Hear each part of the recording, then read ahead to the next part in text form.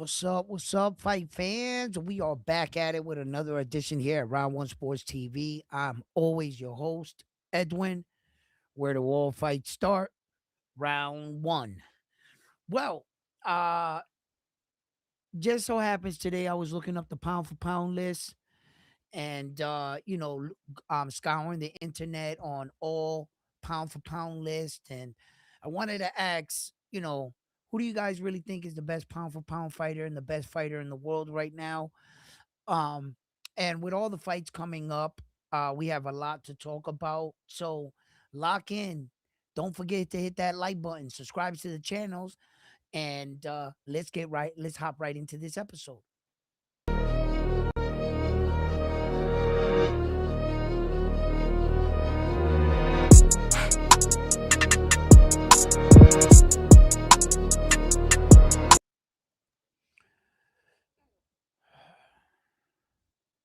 What's up, guys? What's up? Now, this pound for pound talk, right, ties into a lot. Ties into a lot because it ties into, fighters that we have today, matchups that we want, and fighters that we believe should be placed on the list, either higher or lower. Um, there are a lot of lists, right, out there, and they have like a ranking list, things like that, and then they have um like the ESPN pound for pound list and so forth and so forth. Now, fighters like Devin Haney, right? Devin Haney's been in, all over social media right now.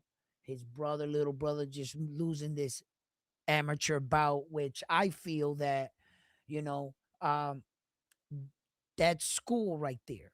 Amateur boxing is where you sharpen your skills to turn pro. I know a lot of pro boxers that didn't have good amateur records. Keith Cologne being one of them. I'm not going to say that his amateur record was bad, but he had more like a pro style in the amateurs, and he turned out to be a better pro fighter than an amateur fighter. So Devin Haney's little brother losing an amateur fight is not the end of the world. I think he fought a kid that had like 14 fights on his debut or something. So, shout out to him. But this is where the conversation comes into play, where we talk about the best fighters in the world and why they should be on pound for pound list and ranking list. It's two different lists, and I want to share that with you today. I want to share that with you today. That way, guys, I think that a lot of people are getting confused sometimes when they say, "Hey, this guy's on this number 6. He's ranked number 6 in the world." That doesn't mean he's pound for pound number 6 in the world. You understand? Watch. Matter of fact, I better rather show you than tell you. I should have had this. I should have thought of this, right? We could just put it on the screen, right? Because here at Round One Sports Talk, this is an educational program, right? So we're here to educate.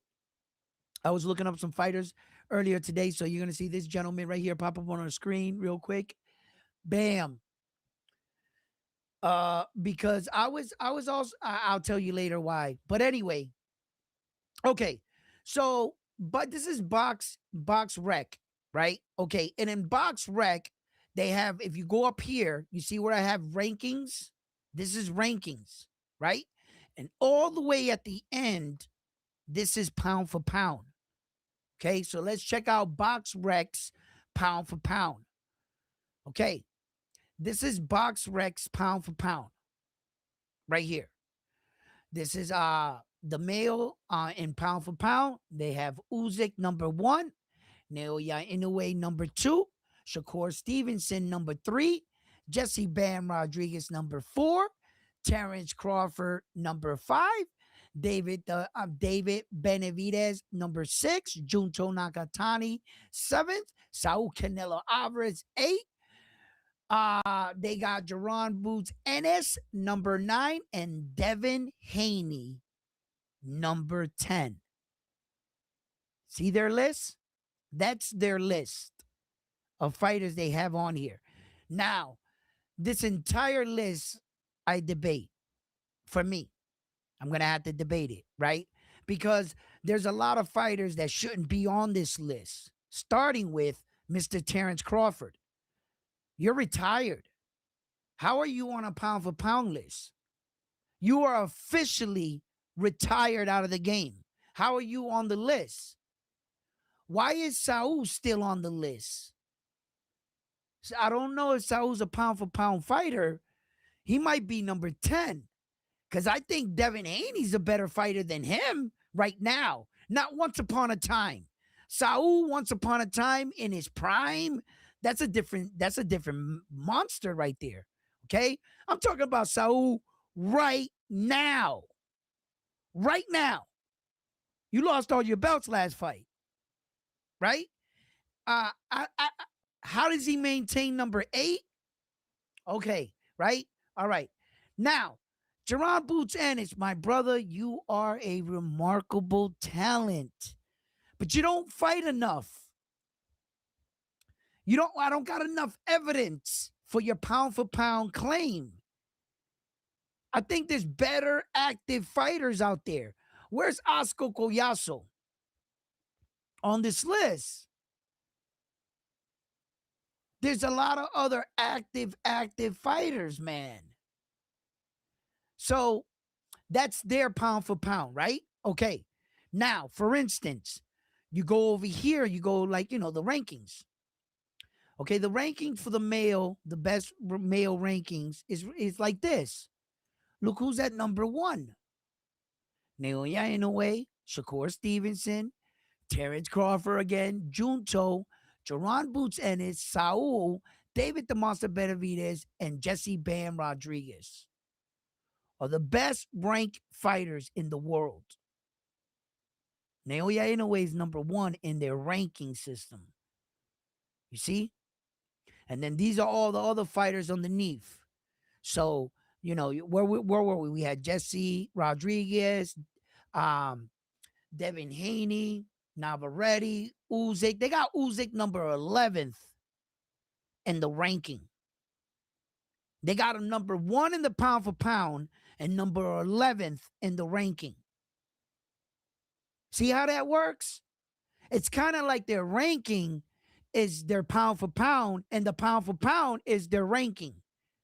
It feels for me that it's backwards.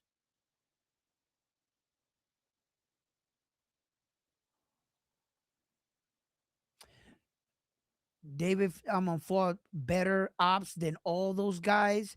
His is way better. He should be number 1. David who? David the Monster Benavidez? No, unfortunately, David the Monster Benavidez didn't fight better people than Naoya Inoue. No. You just don't know Naoya Inoue's fighters because they're in a low weight division. But career-wise, all the fighters that Naoya Inoue fought, they're way better than David's guys. I can get to that for you. I can show you actually better than I can tell you. Talk is cheap. I'll just pull up David's record and I'll put it next to Naoya Inoue's record, and we can look at their opponent's accomplishments. Or you can quickly do it for yourself and come back up here and say, okay, you're right. Like that. But I can prove that for you if you want. Okay, back to the pound for pound list, right? Okay, so this is their pound for pound list, right? In which, in fact, here at Round One Sports Talk, I've always said this, right? You don't put a heavyweight champion on a pound for pound list for multiple reasons. Now, you have fought old guys. Okay, I'll prove that to you. Check this out. Usyk, right? Check this out. Does not belong on a pound for pound list. Okay, it's insulting to me. You don't put a king on a list. First of all, he is the king of boxing. You don't compare him to other boxers. First of all, second, they play by different rules than every other division. The heavyweight division doesn't cut weight. It's the only division in boxing that does not cut weight. So if you don't cut weight and you don't have to endure the weight cuts and the drain, How can we compete against each other if you're fighting with your own set of rules? You can't put heavyweight champions on a fucking pound for pound list. We don't even play by the same rules. It's not fair. Plus, you're depreciating the value of the heavyweight championship. If there was ever a time that you did put the heavyweight champion third, fourth, fifth, what's that saying about the heavyweight champion of the world? That there's guys that's better than him? You should never deplete the value of the heavyweight championship and put it against everybody else. No, keep that belt the most prestigious belt. That's my feelings on it. Those are my feelings on it, and that's how I view it. The rest of the world, boxing, they do what they want. But me, myself, I wouldn't put him on the list. Because I see the value in the heavyweight championship and how I should and I would keep it prestigious. I would not put it against the other guys. That's my personal opinion. Now, putting Usyk number one, okay, he did some cool shit, right? And I could see why. The cruiserweight, 4 belts, heavyweight, 4 belts. And we're talking about the strongest weight division, heavyweight champion. It is the best division in all of boxing. Why? Okay. Tell Naoya Inoue to beat up Usyk. I'll be right here. Tell Terrence Crawford to beat up Usyk. I'll be right here. That's why it's the best belt in the world. So when you can do that at heavyweight, Usyk's challenge versus the biggest competitors in the world, yeah, I can see that. You understand? Naoya Inoue is very skillful. Now, that's what I believe the pound for pound list should be based on. Skills. For example, if you were to say, oh, Usyk had got all 4 belts in cruiserweight, all 4 belts in heavyweight, that's pound for pound because he went up 2 divisions. You can't play that game with fighters like Naoya Inoue. Because if you do that, he got all 4 belts in one division and he went up another division and got all 4 belts as well. And Usyk only has 2 weight divisions. Naoya Inoue has 4. He has 4 weight divisions. And Naoya Inoue jumped up, bypassed 1 weight division, and challenged the champion in the above weight division. So he jumped up 2 weight divisions and challenged the champion right away, knocked him out in 1 round. Something Usyk has never done. You understand? So you don't want to play the belt game. And what I mean by that is this. Before I go any further, do you guys see anything with this list, this pound for pound list, and what changes would you make? That's the topic of conversation. Is this your pound for pound list? Who would you put number 1? Who would you put number 2? Who would you put number 3? Now, they got some honorable mentions too as well. When they asked me, you see on the side here, it says my pound for pound list right here on the side. Okay, so I made one. Let me see if they still kept it together. Yes, in fact, this is my pound for pound list. This is what I submitted. I put Naoya Inoue number 1, Jesse, and now mind you, my pound for pound list has nothing to do with belts or divisions. I don't care how many divisions you jumped up. That's not pound for me. Pound for pound means you're a little guy, and if I blew you up and to the size of your guy, my guy would beat your guy outright, right? Pound for pound also means skill for skill, meaning your guy has to be fundamentally sound all the way around in all areas. He has to have A footwork, A jab, stamina, everything's got to be on point, right? And then he has to be able to fight all styles. He has to come across all styles, and in the ring, he proves it. The way he proves it is by domination, meaning if your fighter has never lost a lot of rounds, has never been down on a scorecard, That proves that's your investigation. That's how you determine pound for pound. You understand? In a Tank David fight, Floyd Mayweather had to say, "You're down on the scorecards." On a Terrence Crawford fight, they had to say, "You're down on the scorecards." On the unofficial, to Sean Porter, was your fighter ever down? Now that speaks to domination. So I just want to point that out.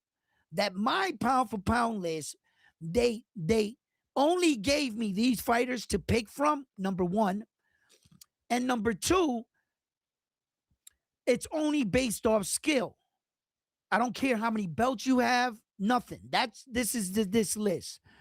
So Naoya Inoue is number one for me. Jesse Bam Rodriguez number two. Shakur Stevens is number three. Uzyk's number four. Oscar Goyaso's number five. David the Monster Benavidez number six. Juto number seven. Jerome Busan is number eight. That was a tough one for me because I think I could have put Devin higher. Devin Haney number nine and Virgil Ortiz. Now, I took guys off the list, but these are the only guys here they gave me a pick from. This is everybody they gave me a pick from. That's it. Now, the people I took off the list was Saul Canelo Alvarez and Terrence Crawford because Terrence Crawford's retired. If he wasn't retired, we'd be putting him on the list, of course. But he's not in the game. So I had to take him off. So, interesting enough, who's missing on this list? And who's missing on almost everybody's list, if you haven't noticed? There is a pound for pound fighter out there that surprisingly, he's on nobody's list. Where's Demetrius Bivol? And why isn't Demetrius Bivol on a pound for pound list? Why isn't he even talked about? I think, if anything, Demetrius Bivol is better than Saul and a retired Terrence Crawford. You guys haven't noticed that? I noticed it the other day. I didn't notice it. Demetrius Bivol would be on this list, but they don't got him as a. They don't have him anywhere. Not on ESPN's list, not here, not on the ranking. It's like they're trying to erase him. I don't know. Maybe they're not. Maybe I'm overthinking this. I don't understand how could, like, Virgil Ortiz get on a list before Demetrius Bivol. Like, shit, even Junto.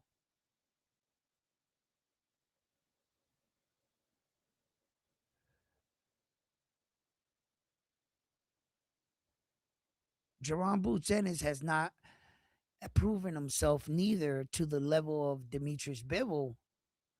But anyway, this is this is the pound for pound list that I kind of came up with the guys and the options that they gave me.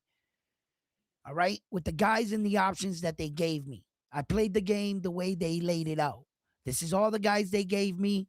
Anybody else that you don't see on this list that you're saying, Edwin, why didn't you act or say this guy? It's because he wasn't here. Okay. So this is what I was working with. I think Bam Rodriguez. See, this Shakur Bam shit can go either way for me, too. Shakur could be number two. Bam could be number three. That was a tough one. That's a really tough one right there. I can go either way with that. Usyk, I lock him in as a solid four. I think, although Usyk is very skilled, I think these top three do better, move better. Just are, they got better punch selection, better just overall. But Usyk's amazing for a heavyweight. That's why it's tough. It is. It's tough to. But anyway, a gentleman asked me something about David the Monster Benavidez and Naoya Inoue and this. I don't know what he's doing, but let's find out. All right, let's get more familiar with David the Monster Benavidez. Maybe I haven't been familiar with him. Here we go. David the Monster Benavidez has his boxing record is 31 with 25 wins by knockouts, no losses, no draws. He's 29 years young. He stands at a staggering height at 6'2". He has a 74.5-inch arm reach, an 80% knockout ratio. He has 167 rounds, professional rounds. Um, in the world, he is ranked number one out of 1,953 registered fighters in his division. Out of those fighters, there are 266 registered American fighters. He is ranked number one. That's amazing. That is amazing stuff right there. All right, David. So far they have you down as the WBC world champion, but we are not going to let you be deceived here. The box rec does not acknowledge or recognize the WBA. So whatever WBA interim champions or whatever belts he has as a WBA champion, it will not show up here, but we can go to his Wikipedia. So, as a matter of fact, we'll just do that real quick. Bingo, Wikipedia is dope because it really shows everything. Amateur career, we're not looking for that. Regional or minor titles, professional record. Okay, champ record. David the Monster Benavidez has fought 5 champions. He knocked out 3 of them in world title bouts. He only fought 5 champions against against against former or current world titles. Secondary belts excluded. So he's 5-3. They just typed that twice. They said the same thing twice. That's it. Okay, those are the 5 right there. Voluntary.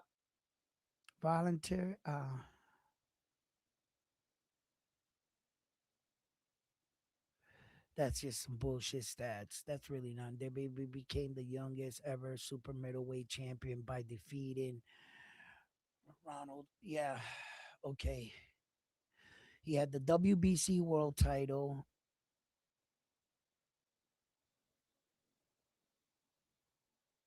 And Demetrius Bivol vacated the belt. So that's David the Monster Benavidez's full boxing resume. His full everything he's accomplished, all the champions he's ever fought. There are the 5 names right there. 1, 2, 3, 4, 5. Talk about he fought better opposition than Naoya Inoue. Okay. So you say, just because you could say something, brother, sometimes I feel you shouldn't say it. You should just maybe study, think things over, right? Because when you're talking about a fighter like Naoya Inoue, brother, he needs no introduction. We're just going to go right to the Wikipedia. Because this is going to be an open and shut case really, really fast. This is crazy. Okay, he's going to rock him right here. He has 25 opponents and world title fights. He knocked out 21 of them. Naoya Inoue, he has 4 weight divisions. These are all the weight divisions. This is just I just want to get to like some big facts. Yeah, we're gonna be here all day. He's a very accomplished fighter. Hold on.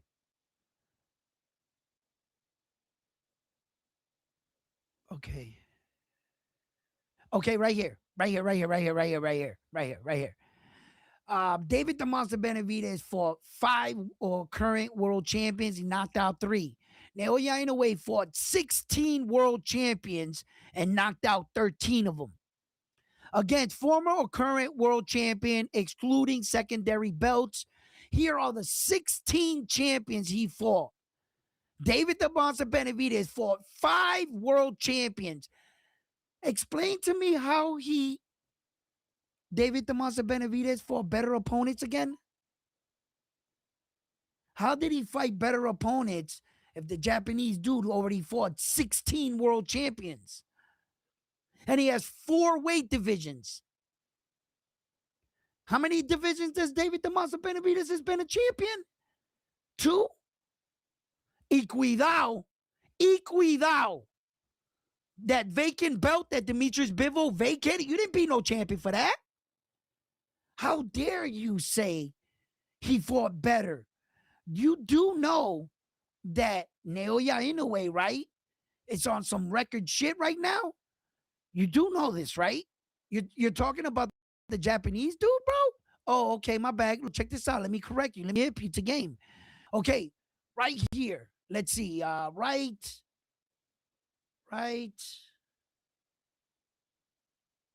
right here. Marlon Tapales, let the games begin. From this moment right here in history, he won all four belts, Naoya Inoue, right? Okay. He defended the belts, all four of them. Oh, my bad, all five of them.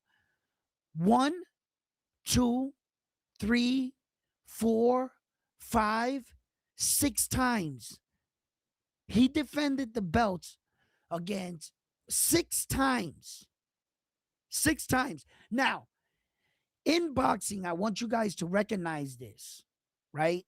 That when a late replacement comes in, Naoya Inoue has the right to say the belts are not on the line. You know that, right? You know that he didn't have to put the belts on the line at any of this mess when it happened with Sam Goodman. Let me explain. Because somebody's going to come out and say, yeah, he defended it six times, but he didn't fight anybody. Well, then let's just break it down. Here we go, right here. We don't need to hide from the truth, right? Okay. When he came into 122 pounds, right? It took him 6 months to unify a division, to become undisputed in a division nobody was undisputing. Stephen Kubo Fulton was a unified world champion, undefeated. Right here is his record. He came into the fight 21-0, right? So he beats him, he has all the belts at this point. He fights Luis Pantera Nari. Luis Pantera Nari was the number one for the WBC. He came into that fight with a record of 35-1. 35-1. He was the number one mandatory. You can't get no higher. Naoya Inoue has all the belts. He was scheduled to fight him. Okay. Now, but he took him, I think, as a voluntary. He was the number one, but at the time he could have opted out and forced somebody else, but he chose to fight Luis Neri, right? Because they had a little history. Luis Neri had beat the former Japanese champion. They wanted revenge. You know, Naoya Inoue went out there to represent his country. You know how that went. Okay. Then after that, enters TJ Doheny. Now, TJ Doheny was a former WBA world champion. He was a little bit out, out. What's up? What's about Jaya? Yeah, well,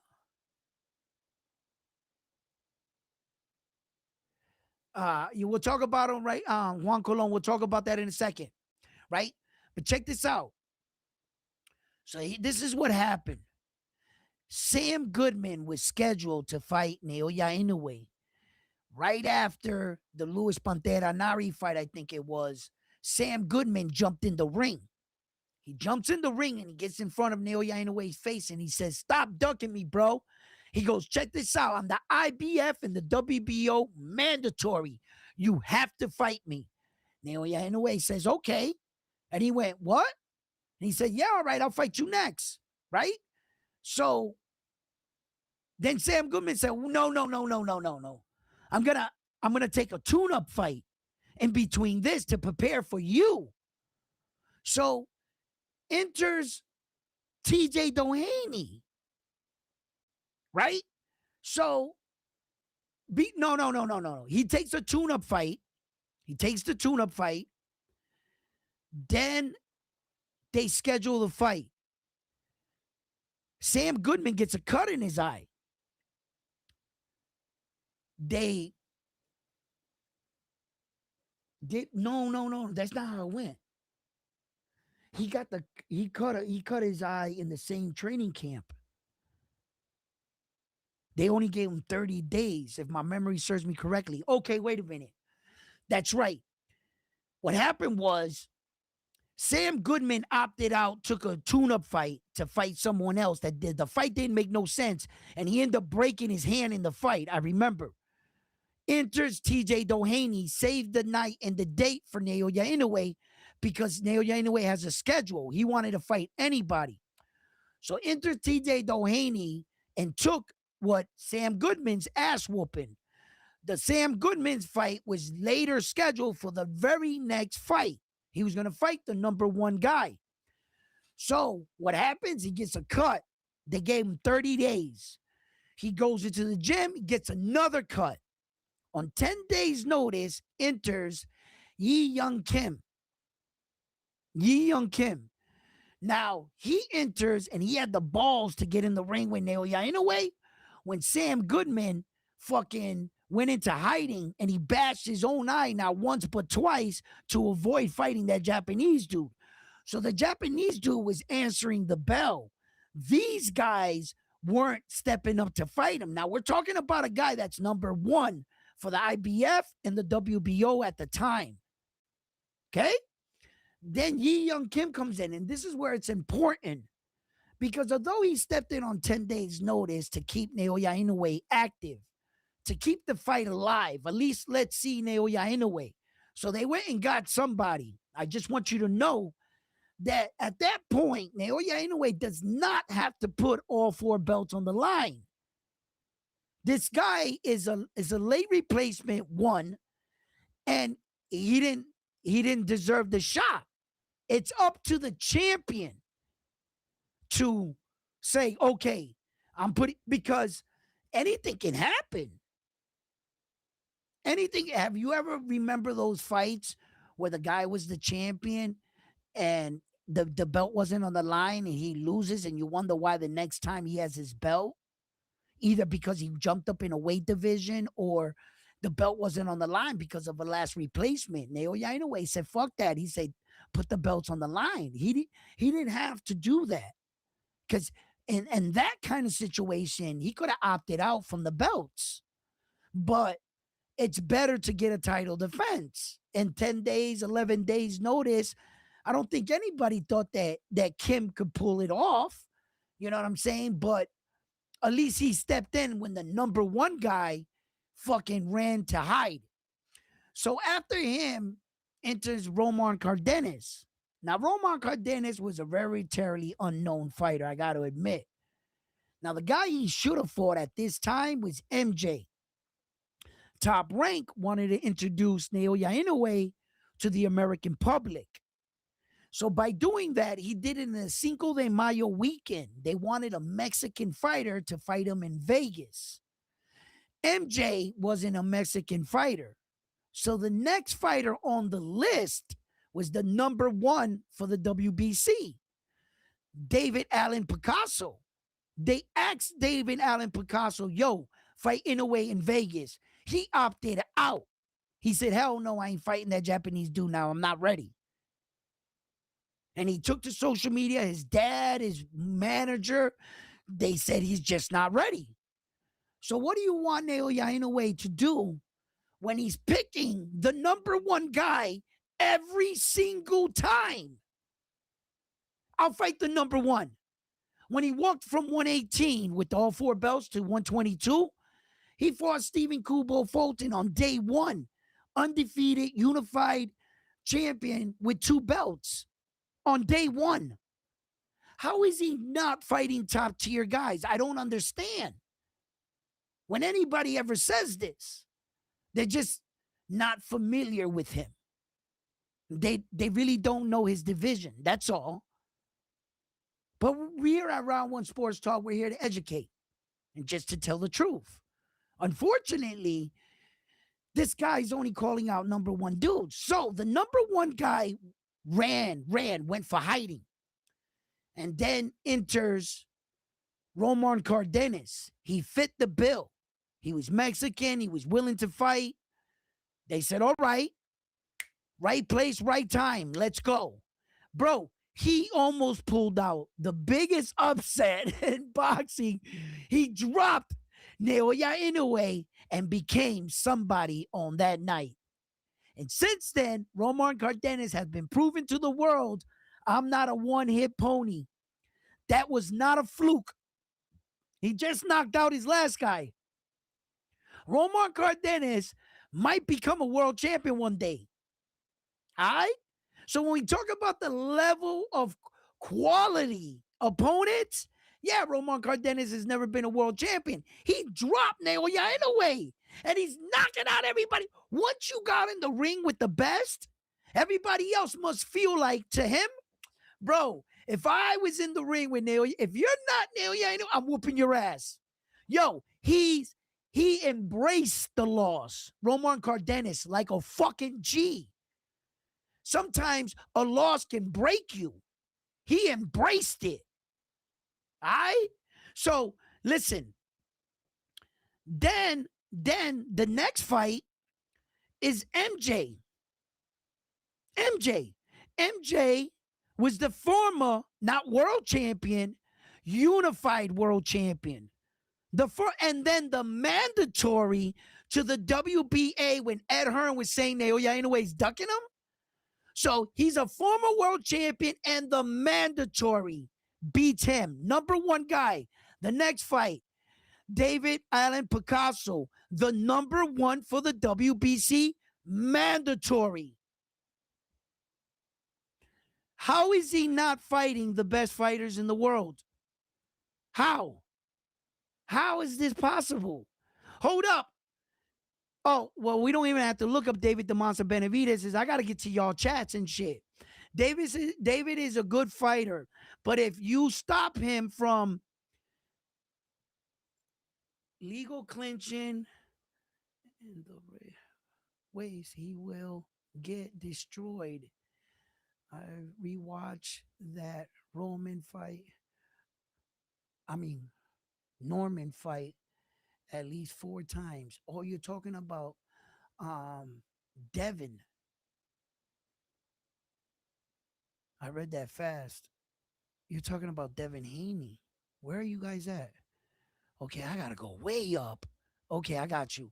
Okay, so because I was good, but until we see him put good numbers, we won't believe it. And I'm not talking about just pay-per-view. Who's he talking about? Dev Dollars is the face of boxing. All right, guys. I think we got to clear the room on the face of boxing shit. And I mean that in the most respectable, humble way. And when I'm finished this, stay with me, guys. I think you guys are going to agree with me. You're going to agree with me. Check this out. The real face of boxing is you, the fans. That's the real face of boxing. The boxer we support, we put money into. It's not him. It's we supporting him. I think we view this all wrong. You're the face of boxing. You are. Not Devin, not Tank, not Ryan, not Rolly, none of them dudes. Whoever you like. You're the face of boxing. You're who supports boxing. You're who watches boxing, tunes in for boxing. Without you, there would be no boxing. Now, would they? The fans are the face of boxing. And when it comes to the fighters and who you believe is the face of boxing, it's whoever you believe. Why argue about anything else? If you think Dev Dollars is the face of boxing, well, then that's the face of boxing to you. Why should you have to force or prove who the face of boxing is? Everybody has to accept what you think? Or should everybody else have an opinion on who they deem the face of boxing? They're the ones going out, paying, buying the seats, paying the tickets, right? So you're not going to change their mind. If someone says Jake Paul is the face of boxing, have at it. Okay. Don't argue that because you're the face of boxing. And that's the truth. It's a pointless argument. Face of boxing. It's truly pointless. It's whoever you deem as your guy in the sport and whoever you support. That's it. That's the real face of boxing. And I hope you can agree with me. Um, Mr. Miyagi says, but Naoya versus Nakatani will pull huge viewerships all over the world, considering his fight with MJ had 4 million viewers. He's gonna pull in a lot. If this would happen, it would be with Tane Shakur, but they never going to fight. The the second I would say Canelo Benavidez, but that's not going to happen. I don't think so, brother. So let's not play with women beaters. Who's the biggest fight take?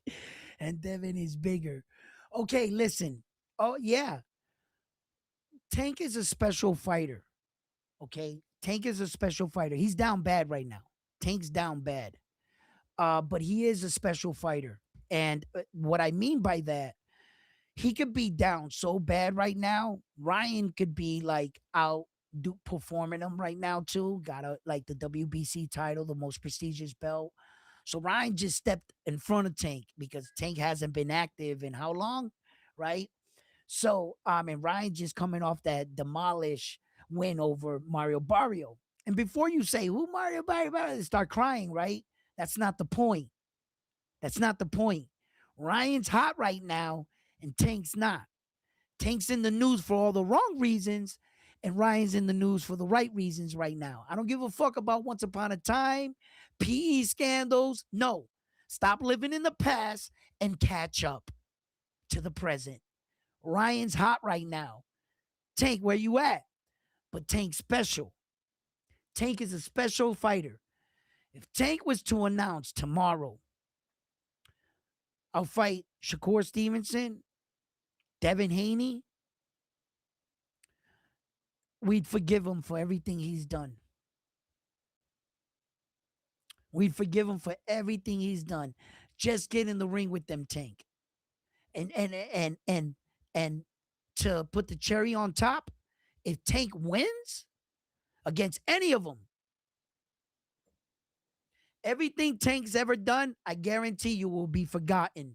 As soon as he knocks that guy out, whoever it is, Tank's special like that.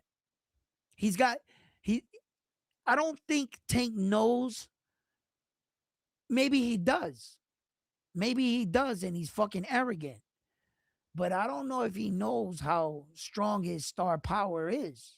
I think he does. Whenever Tank says something or drops something, that shit goes viral and shit. So he's gotta know. You know what I mean? So see, Tank special like he could be down bad right now, but let Tank, yo, just all the a lot of boxing fans on the edge of their feet, like when they see like this, just go ahead, Tank, say his name. Just say his name. Say the right guy's name, Tank. Don't say no motherfucking Lamont Roach, Esau Pitbull Cruz rematch. Don't say none of that shit, Tank, out your mouth. I don't even want to hear Ryan Garcia 2 fight. I want none of that. Say the right thing, Tank. You know what we want. I don't got to say it. Do the right thing, Tank. I promise you.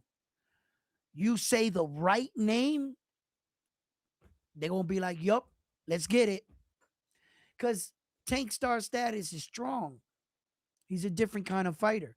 Plus, he's fucking good. And we know it.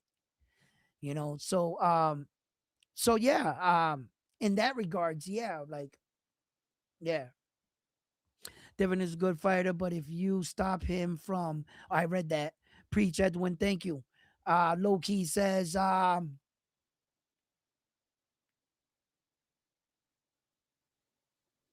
it should be on the card, but it's not.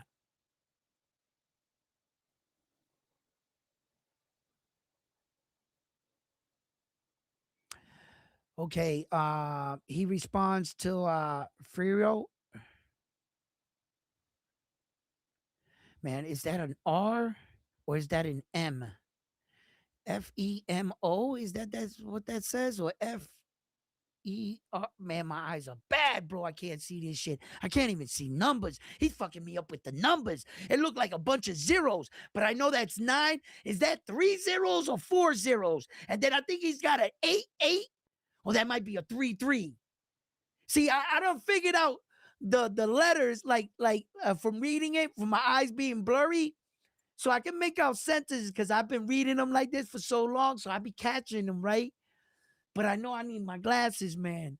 But I can't figure what he said. Anyway, no, my friend, Shakur and Tio really managed to pack in SG and did, yeah, decent pay-per-view. And regardless of what we think of Tank from, yeah, that's exactly what I was saying. People already watch because he's a puncher. Yeah. What's up, round one? In chat, what's up?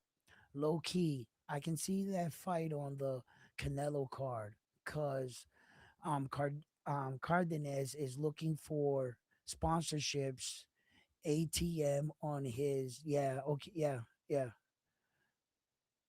Devin Dollars is the face of jab. Low key. Takeover says Devin is in the face of boxing. Yeah, Tank is good. Tank does what?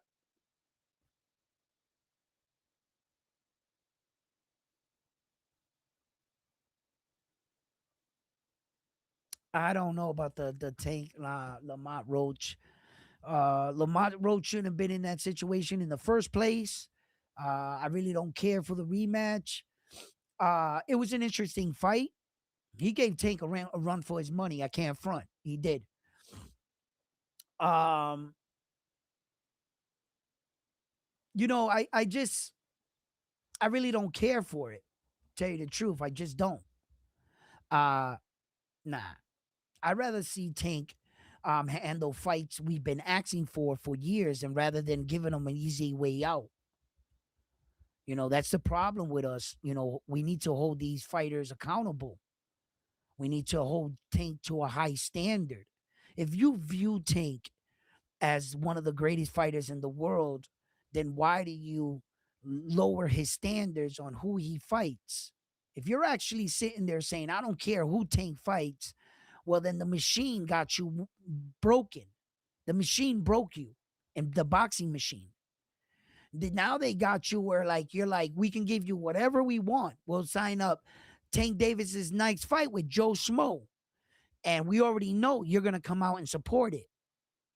You're gonna because you're saying it. I don't care who he fights, I'm gonna go. Oh, nice to hear. Nice to hear.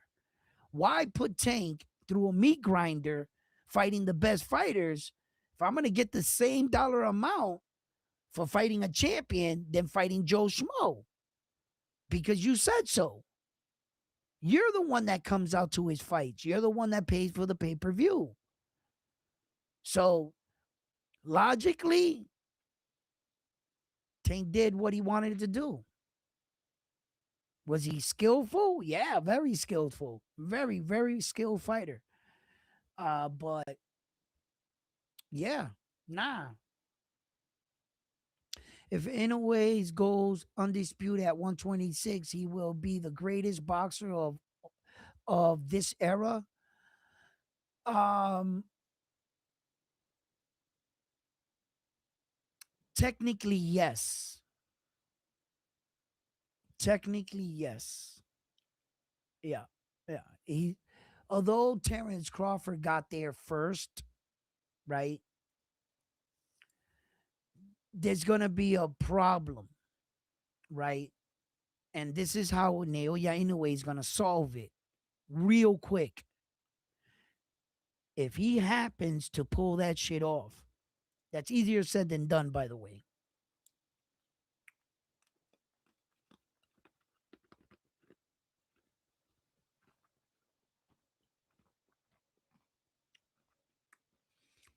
I got heartburn. I had that tum sitting there since earlier. Fucking came into play. You ever do something early in the day or walk by something you knew you should have picked it up? You get to somewhere else and you say, damn, I could have used that right now. You know what I mean? And you got to pick up on things in life. That's one of those situations. I had took it, put it there, and I was like, nah, I don't feel all right. I'm not gonna take it. And right now, the heartburn started flaring. I saw it. I was like, oh, let me take that. That's crazy. Anyway, where was I? Oh, this is how Naoya Inoue is gonna beat Crawford out. This is what's gonna happen. Crawford, historically, he did it first, right? He beat Saul Canelo Alvarez, got 3 weight divisions, all 4 belts. If Naoya Inoue can do it, what's going to end up happening is the number one, 3 things are going to take place. It's going to take 3 things to beat Crawford. And this is how it's going to go. Depending how Naoya Inoue gets the belts in the first place, does he go out and beat one by one? Can any of them unify, right? And then can he beat one guy for at least 2 belts and then have to fight the other 2? That's number one, how he gets him. Because Terrence Crawford beat Saul for all 4. Just he only fought one guy. So if Inoue can do it more prestigious, the more prestigious way is to beat multiple champions and to rightfully earn your way there. Not just fight one guy. Okay? All right. So that's going to be the first thing he's going to do.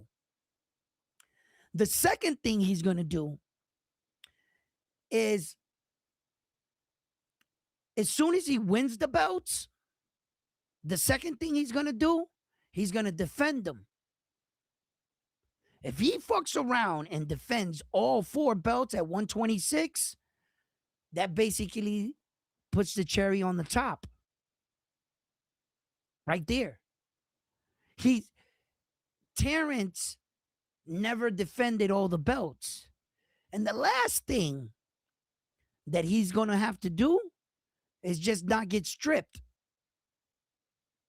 Terrence Crawford got stripped. He didn't hold the belts for long, all 4.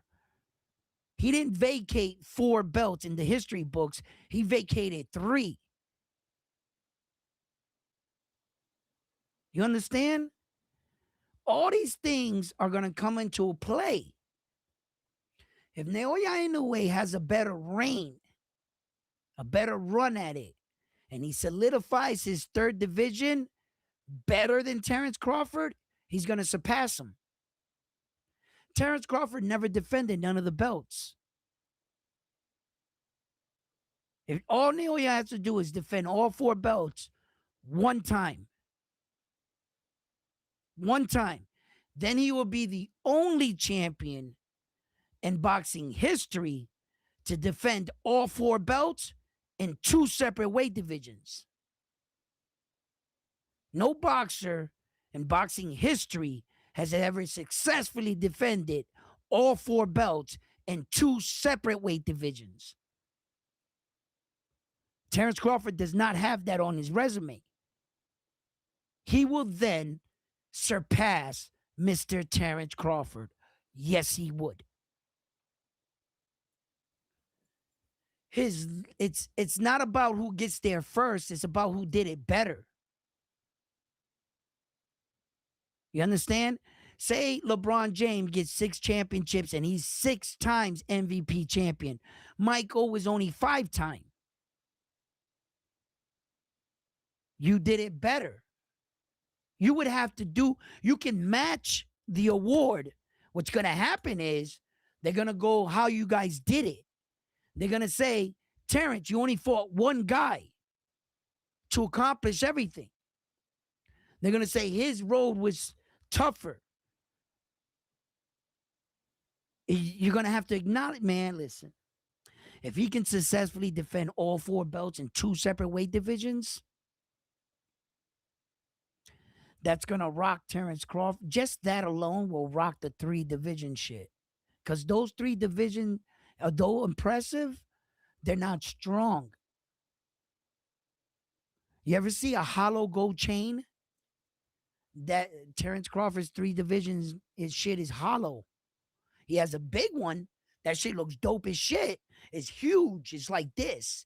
Like as soon as you see it, you're like impressed. You're like, damn, look at that chain. That shit is. But then when you touch it, that shit don't weigh nothing. That's. I mean, I'm not disrespecting him. He never defended none of the belts, and when he got all four of them. In all three weight divisions that he got all four belts, he never defended none of the belts at any time. He didn't defend the ones at 140, 147, and 168. Naoya Inoue defended all his belts 6 times already. 6 times. He put all four belts on the line. 6 times.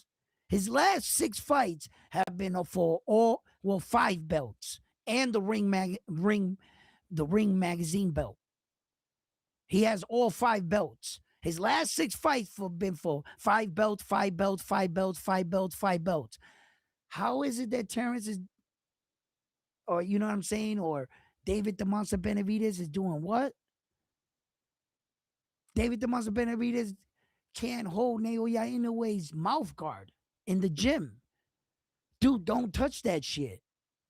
You know whose mouth guard that is? You're not qualified. No, I'm sorry. David's a great fighter, fucking hell of a fighter. David's gonna whoop. I think he's gonna beat Zordo. Let's find out. You know what I'm saying? And get some real belts over there and shit. And shout out to David the Monster Benavidez, man. He's a hell of a fucking fighter. I fucking like that guy. I think he's a monster too. He's a monster. Yo, he be beating the shit out of dudes, bro. The kind of ass whooping David the Monster Benavidez puts on guys, damn, bro. They're gonna pay for that at the end of their career. Caleb, he took like 2-3 years away from Caleb Plant. Yeah, he did. Why is my daughter calling me?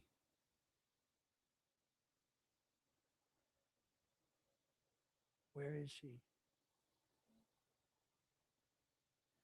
Hold on 1 second, guys. I think. Oh no, no, no, no, no, no. My bag, my bag. That's my daughter's group chat. Cause I be spying up. God darn it. Yeah, she has to answer that. Now I gotta fix it again. I gotta kind of like take this shit off. You are enjoying the pizza, blah blah blah. No, come on now. Now I answer the phone. This is not good.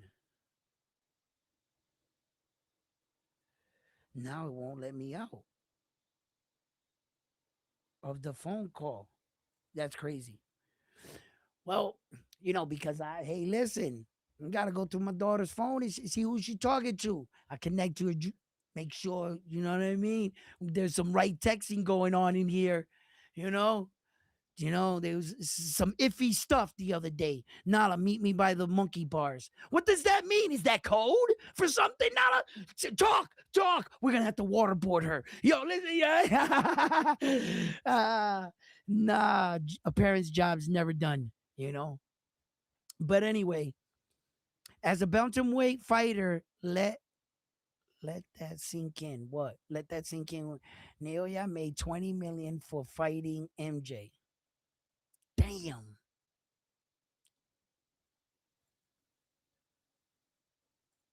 Damn. As a super bantamweight fighter, he made $20 million. Are you crazy?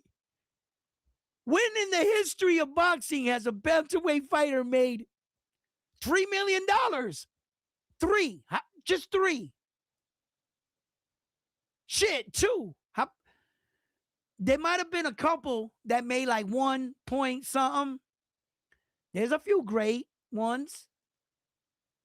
I'm not sure if Manny Pacquiao was making that kind of money back then, and he made some big jumps fast to get to the glamour divisions where the real money was at, because you're not gonna make a lot of money down there in them low weight divisions. You're getting fucking $25,000. It's 27,000, and you're the world champion. $27,000, you're the world champion. You get money like that down there. There's no way. Come on, man. What did Oscar Collazo make his last fight? He's unified world champion. Are you playing with me right now? People down there at the bantamweight division, all those fighters, they need to give a percentage of their check to Naoya Inoue and thank him, because of all the eyes that he brought down there. Did the world find fighters like Bam Bam Rodriguez, Junto Nakatani? Because no one would have knew who those guys were. Even Naoya Inoue's kid brother, Takuma. Who the hell would have known who that guy was if it wasn't for Naoya Inoue? You know how many Japanese fighters he brought up with him? Because everybody expected the next Japanese fighter to be just like him. He paved the way, bro. Yo, listen. Like he said, let that shit sink in. Check this out. We're in 2026, right? Okay. Look at my man right there down at the bottom. It says highest paid boxers in 2024. Naoya Inoue made $42 million that year. $42 million for a bantamweight fighter. And that's way before he fought, well, like 3 fights or whatever, before he fought MJ. So he already had made $42 million. I'm just letting you know. Like, this dude, yo, real talk, man. Naoya Inoue is an anomaly. He really is. Now, I don't like that shit blocking my WBC world title. I'm going to have to put the other one up. I didn't like that. See, I didn't like that. So, yeah, man, this dude is doing some remarkable things. But when you think about,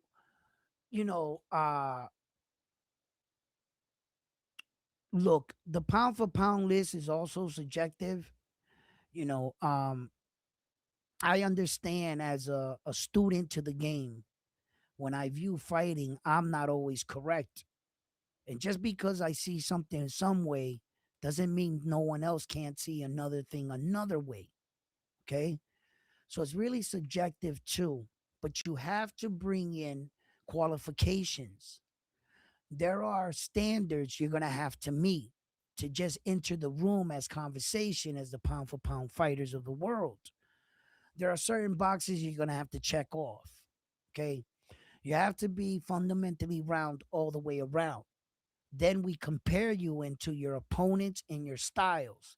If you meet the requirements to enter the conversation for pound, I believe in today's era with a lot of social media, the pound for pound list got miscued over the years. Throughout the last 10 years, the pound for pound list and its meaning, shit, you tell me the qualifications for the pound for pound list.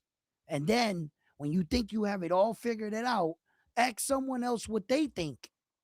Then when you hear them, ask someone else what they think, what the rules are to get on the list, the qualifications. None of you actually know. It's just you going off many conversations with the last argument you had about your qualifications. Then all of a sudden that becomes core belief. Guess what? You're out here, you think you know everything about the pound for pound list. When in actuality, when you first started learning, it was wrong. That's it. You might be right in your argument. Have those been the qualifications, you probably would be right. But those are not. So just because you were led astray by some fake rules that someone probably made up somewhere, arguing with you.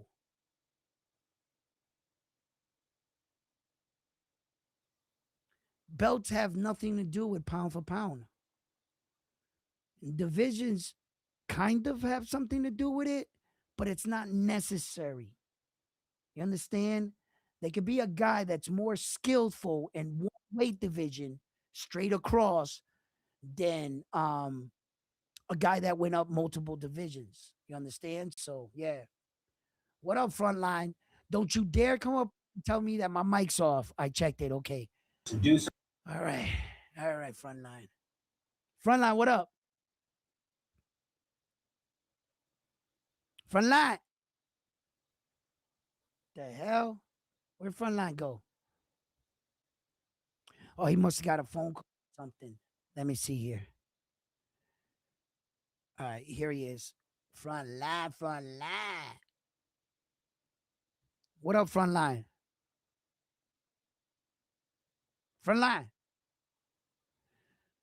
Oh, frontline. I don't know, man.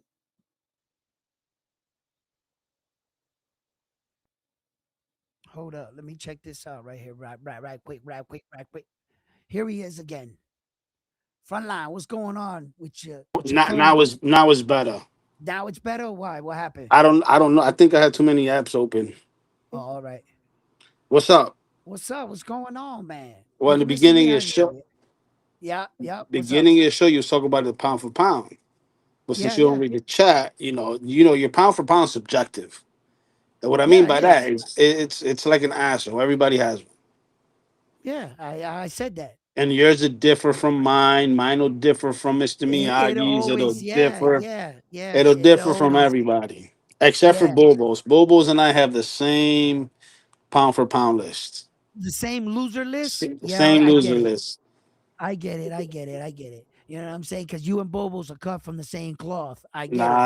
Nah. But I'm built but different. Lance, but what's up? but hey yo, but check this out, right? That's why I just was educating today. And the whole thing was based off the difference between pound for pound and boxing ranking. And I put up the boxing ranking, and the number one boxer in the world ranked is Naoya Inoue, but the best pound for pound fighter in the world is, you know what I'm saying, Usyk, like that. So Malasa. So Dímelo. just explaining how you doing. Just explaining the difference between the ranking and the pound for pound. Sometimes you get in arguments with a guy, and a guy will say, "I just saw they had Shakur Stevenson number 3 in the ranking," and the guy goes, "No, Shakur's not number 3. Pound for pound, number 3 fighter is this guy, whatever." And then it's just knowing what it is and then seeing the subjective in the fans. You know what I'm saying? Like I explained it earlier. I told you exactly who the face of boxing is. The true face of boxing is you, the fan. Look. Loki already starting his shit. What I say. Already starting his shit. But Edwin, they released the new pound for pound list. Rain magazine released the new one. I think they did. I think they did. Yeah. I Who was think the they got first one? uh Illinois. uh they should For have me. Edwin, for They Edwin, Inoue number one. I they should know. have Inoue, me on there. They should have Inoue's me. number one, two, and three for Nah, Hell Edwin. you yeah. guys you guys don't know. I'm Round one undisputed, sport bro. boxing.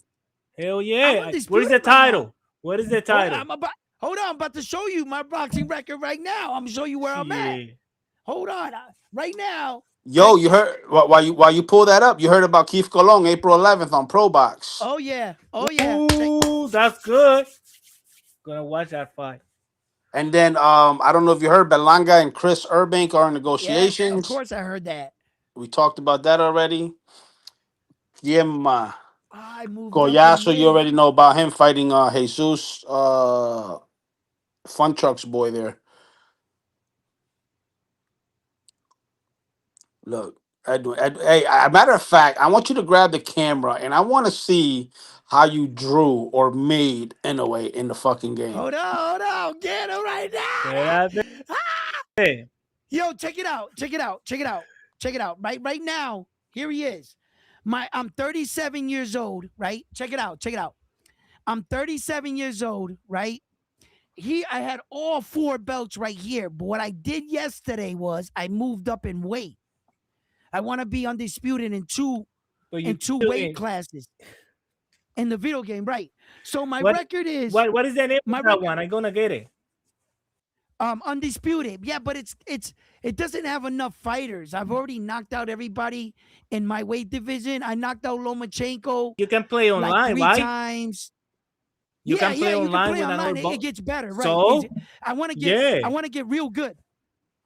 yeah, I So check know. it out. Edwin got it on easy mode right now. That's why he's undefeated. Shit, Baby easy mode, mode is not easy. Listen, rookie listen. mode. My record is 57 wins, 41 knockouts, 3 losses. Right? Okay, Oh, then I'm you're no fucking anyway. Change his name to my Edwin. but yo. Round one Listen, sports talk. yo. I got his name. you can load Naoya that in this screen. Naoya Fist of Fire Inoue. Look how he looks. Look how he looks. I tried, guys. I tried my best to make him. Yo, I Oh got my knocked god, out, bro. I got who knocked fucking you knocked out? out, bro. Who knocked you out? Yo, but anyway, I wish you guys could have seen them. I wish I would have never did that, bro.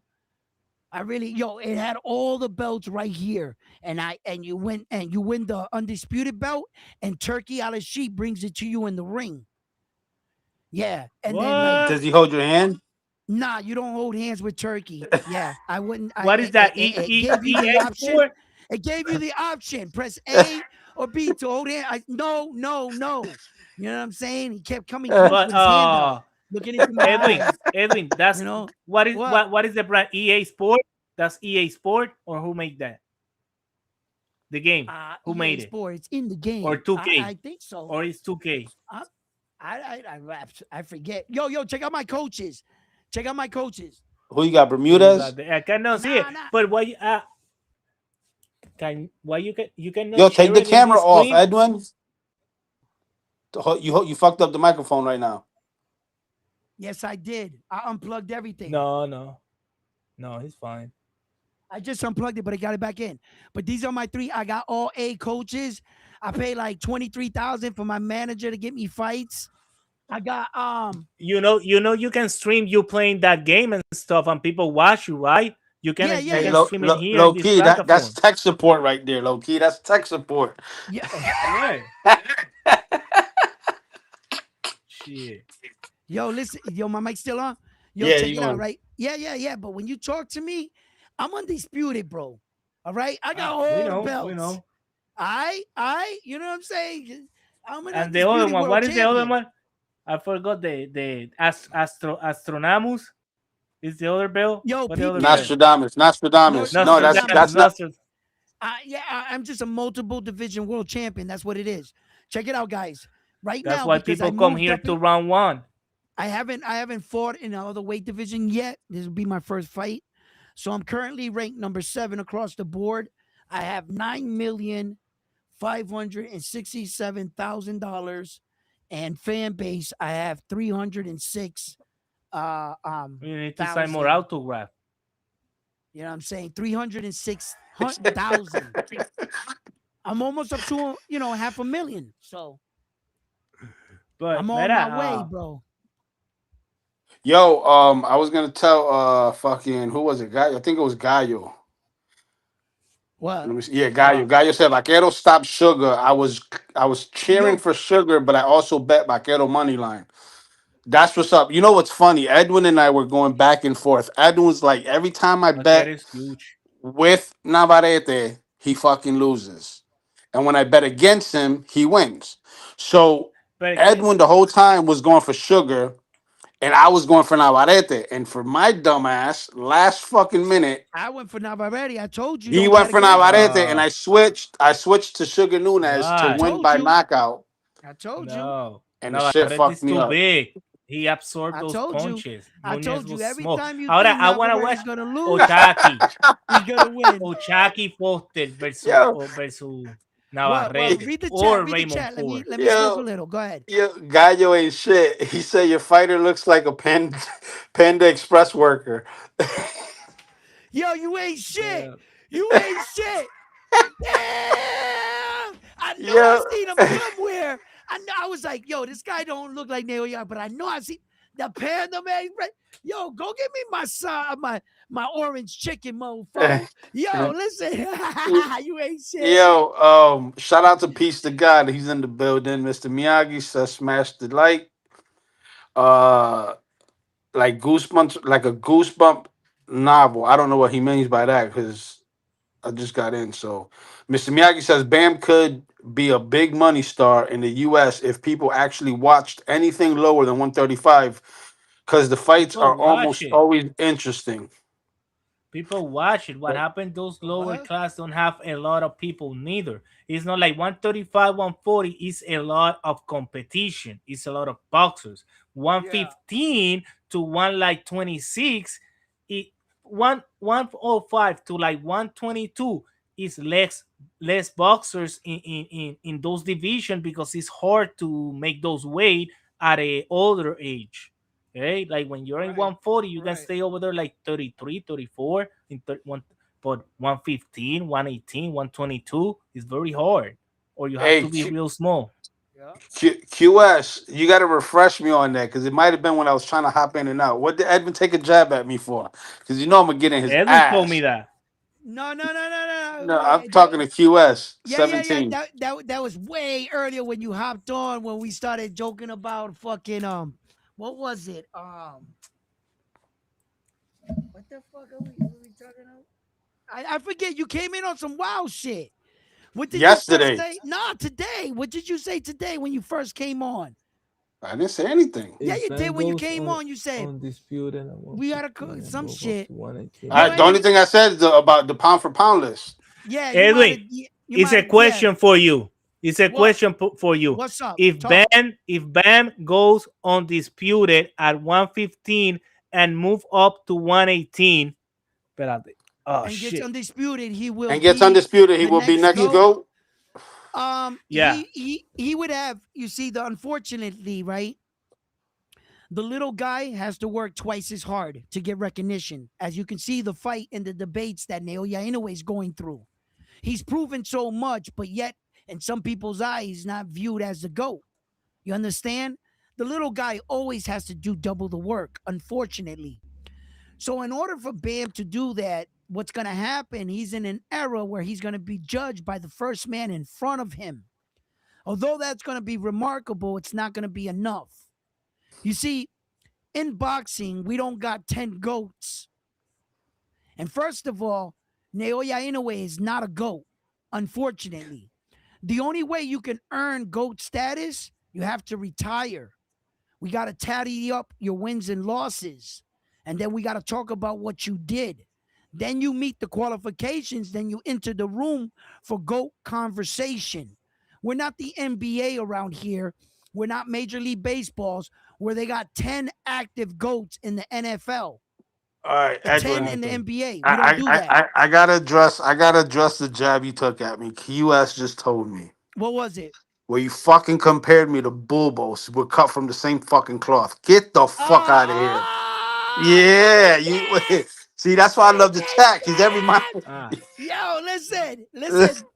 when I Yo, hold listen, up. you're Why they snitching on me? Why you Yeah. got people wearing wires, rewinding that's tape? Oh, funny. what's going on in here? You know what I mean? I want a lawyer.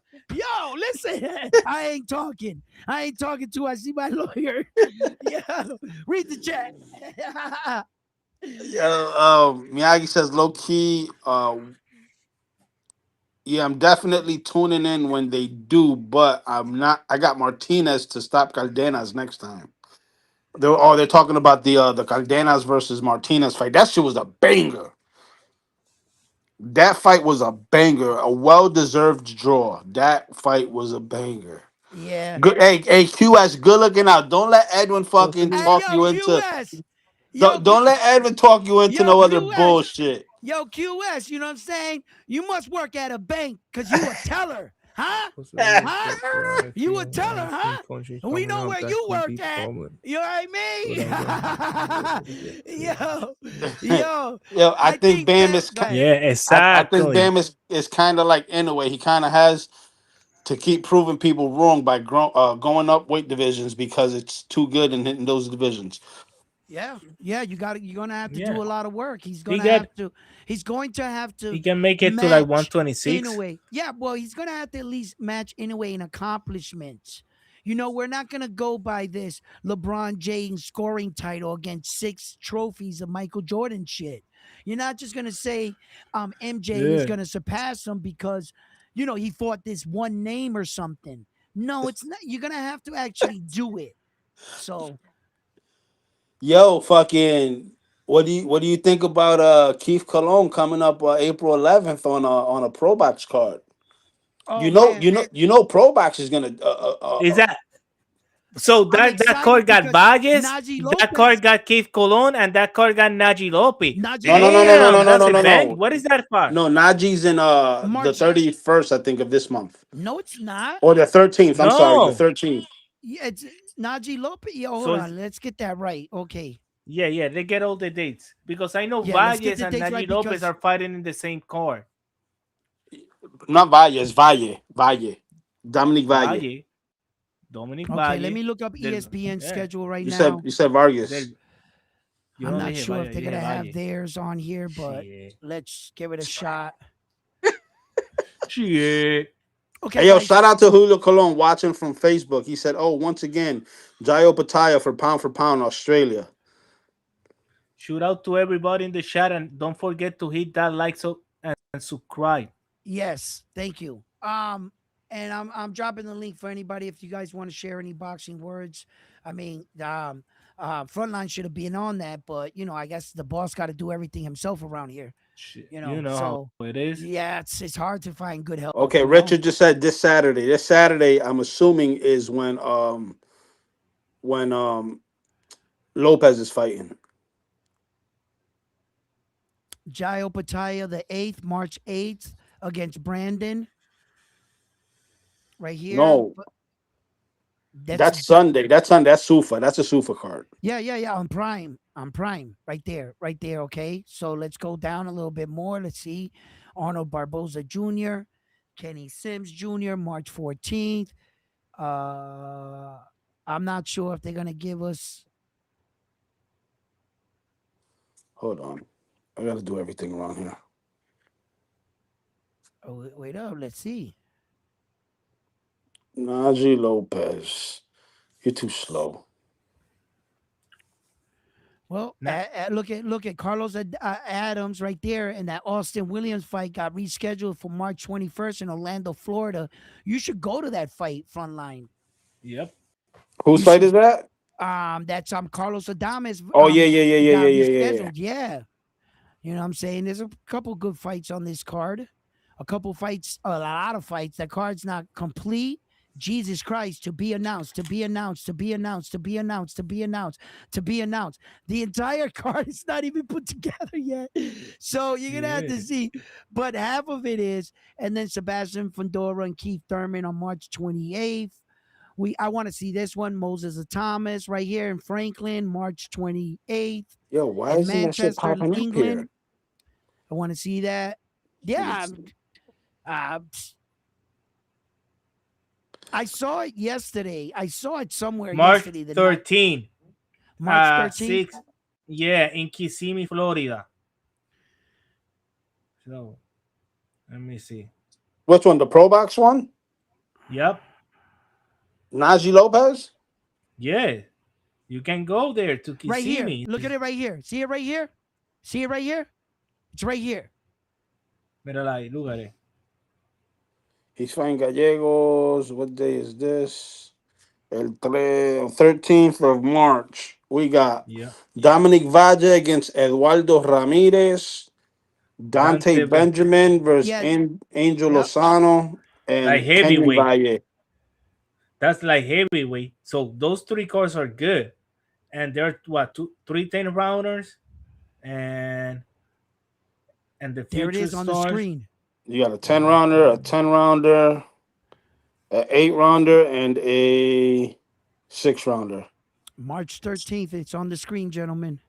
There's every Yeah, if well, just in case you're check how much interested. is the tickets. You maybe can go have Yeah, you fun could over probably there. go. Yeah, go over there see Najee, man. You know what I'm saying? Do his thing. You know what I Kissimmee and mean? Tampa is not that far. Like what? And Like an hour? No, Kissimmee, the Yeah. hour 20. look at Like, Nonito that Donaire. highway 80. Shit. Guys, look at Nonito Donaire is back in action, bro. Look at this fucking When? warrior, bro. When? March 15th. I don't have my eye. I cannot That's in zoom in. Japan, right? Yeah, I believe so. Yeah, Japan. Yeah, Oh. Yahama, Japan. It's right on the bottom there. See it right there? It says it right there. Ah, Location. yes. I can't Now, see that. now. The screen's too little. Too it's still too little. Hold No, on. No, no, for me, no. because I'm on my phone. That's why. Oh, okay.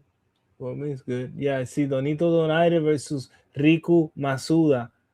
Ese mismo. Anthony Olasuaka versus Yukiba Ese mismo. Limura. Knockout CP freshman. Freshman. ¿Quién carajo es Knockout CP freshman? Versus. Freshmart is at the. He used to be the champion at 105 that Collazo Cho- knocked out, yeah, look that and name. then he went up. Mr. Miyagi, what's up, ba? What's up, brother? Yo, how's it going? Yumi Takanda versus Rosso. I don't know. So Lester Taduran, Martinez. so Mírala ahí. Ah, Taduran ducked fucking ducked Collazo, right? Get out. He ducked Yeah. Collazo, so now he's fighting. Who he's fighting again? Get the fuck out of here. Taduran. He's fighting a kid by the name of Alvarez in California on a Manny Pacquiao card. Taduran versus Perez. So it's going to be Philippines versus Mexico. Mm. This is the Jayo Pataya card right here at the That's going to be UFC Apex Arena in Las Vegas, Nevada. It's gonna be on Prime. no Paramount. Paramount. I'm sorry, Paramount. Where's it say that at? Oh, right It's there, Par- right there, Paramount. Right in front of me. Jesus Christ! Like, okay, yep. Yo, the undercard looks pretty. I'm not gonna say stacked, but we got todavía. Like Emilia. Keith Colons is nothing sure that he gonna fight next. Because What I you was mean? What are looking you for talking it. about, Keith Cologne? What happened Yeah, with Keith Cologne? Keith it's Colon not is scheduled. he's scheduled. No, he's got a No, date. It's Yep. just they're finding an opponent for him. Yeah. but yeah, it's not scheduled yet. It's not Not a like lot of these other guys want to take an you're in L the to that talking. young man Keith Cologne coming out. They want to stay undefeated too. You know what I mean? And Yeah, uh uh we be right I don't back to think take a oh yo. So Mr. yeah, so Miyagi. I think that Keith Cologne, Okay, you know, I think he'll fight anybody, you know, north or south right now just to stay active, and it'll be good for him. We saw the young the young man get tested, not Keith Cologne, but Emmanuel Vargas, and that's the kind of fight I want to yes, see Keith Cologne Emiliano, in. me too, me too. Emiliano, what? Emiliano, Emiliano. Say it E again. E Eh, me, me, Emiliano. Emiliano. There you go. yes, Close there you enough. go. Right? So, Vargas, yeah, but no, I bring that kid up. The reason why I brought him up is because that's the kind of fight I want to see Keith Cologne tested in. me too, If he can me weather a too. storm like that, or even, you know, perform above expectation to that kind of opponent, and maybe potentially even stopping him, then you know it'll give me a better measuring stick of where he's at right now. Keith Cologne, Yep, he's doing his thing. Guess who I got in that fight? Doing his thing. Guess who I Huh? got in that fight? And what fight? Keith Colon Uh versus you whoever. you those you got the Argentinians are Mexican good. guy. But You see the Yeah, I flag? know. You see the flag? You You see got that the flag, Mexican right? guy. No, no I still Mexican. mad with that referee stopping that fight because I think Vargas will finish the job in the 12th round, you know, because he was coming out of the storm. He was doing it good. It's not like Yeah. yes, the Argentina have good middle rounds, But at the end Yeah. of the fight, Vargas was pulling out. So No, let no. him. Quintana was he was badly beaten. His eyes were swollen, but that wasn't enough for me for the referee to No, stop the fight. He me could neither. see. It's not Yeah, like it's not like Nunez and the Navarrete fight where Nunez's eye was completely shut. He could not see. His eye was like this. If his damn, vision wasn't impaired, that shit was closed. Yo, damn. so let me ask you this, Edwin. Do you think the ref did Vargas a favor in that fight? No, no, he didn't do the ref. The But Vargas didn't make do it any. look bad. Now he didn't make Vargas look bad. That's not on Vargas. The ref's job is not on Vargas. Vargas is there to do his job. So let's get that out of the way first, okay? Whatever the ref deemed, that should have no reflection on Vargas. He didn't tell the ref, "Hey, stop the fight." No, no, no, no, He no. was Yeah. gonna go out there. Listen, to tell you the truth, Quintana did a lot of great things in that fight, and that's why I bring up that fight because Vargas was definitely tested in that fight. Yes. But now, if I were to look at both of their faces when the fight got stopped, Vargas looks like he was ready to go out to the club, and he Yep. looks like he's going to the hospital. Now Yep. save him from himself. Pack it up, kid. Live to fight another day. Listen, Uh, son, this is not going to get any better from you.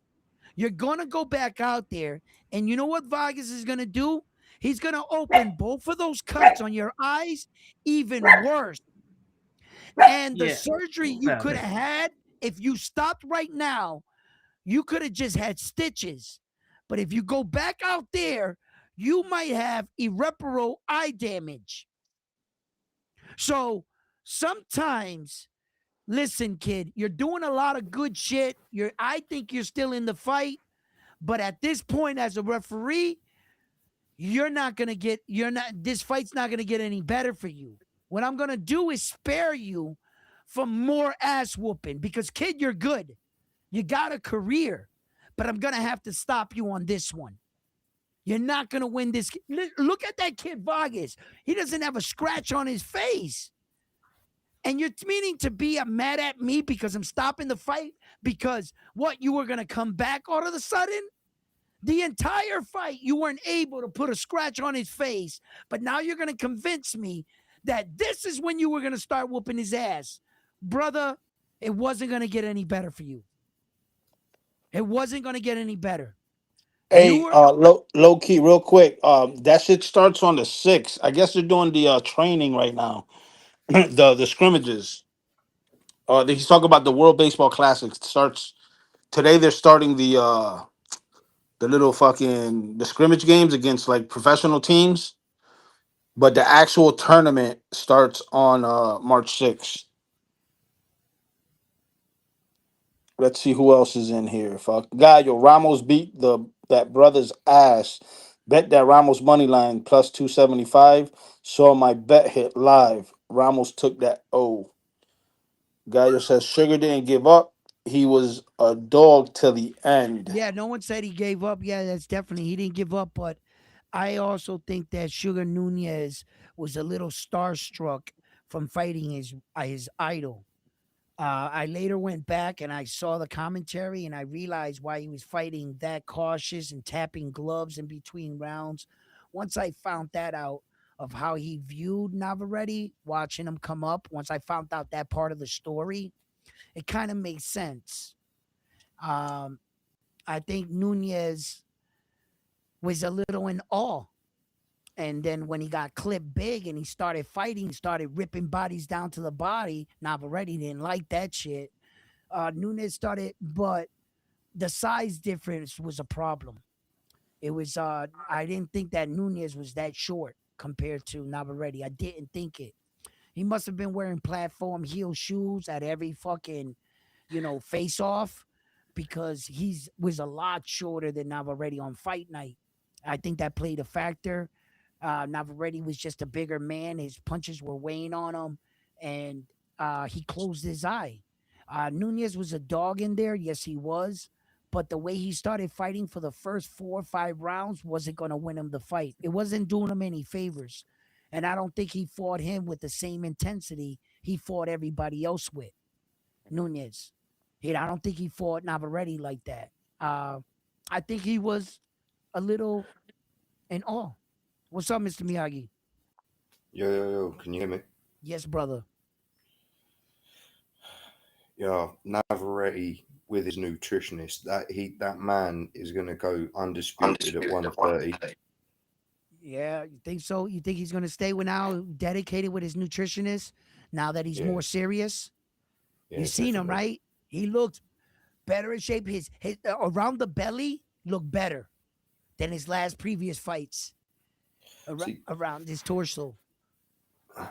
on the weigh-ins, I thought Nunes looked like the wider man, like his midsection was wider. But then you see him in the ring, and Navarrete's back is huge. Yeah, The yeah. way what I was impressed with Navarrete is that his feet are a lot better now. Mm-hmm. Like he didn't look as clumsy in that fight as all the other fights I've seen him in. Like Damn, you that guys be second checking bout guys out yesterday. like that? What happened?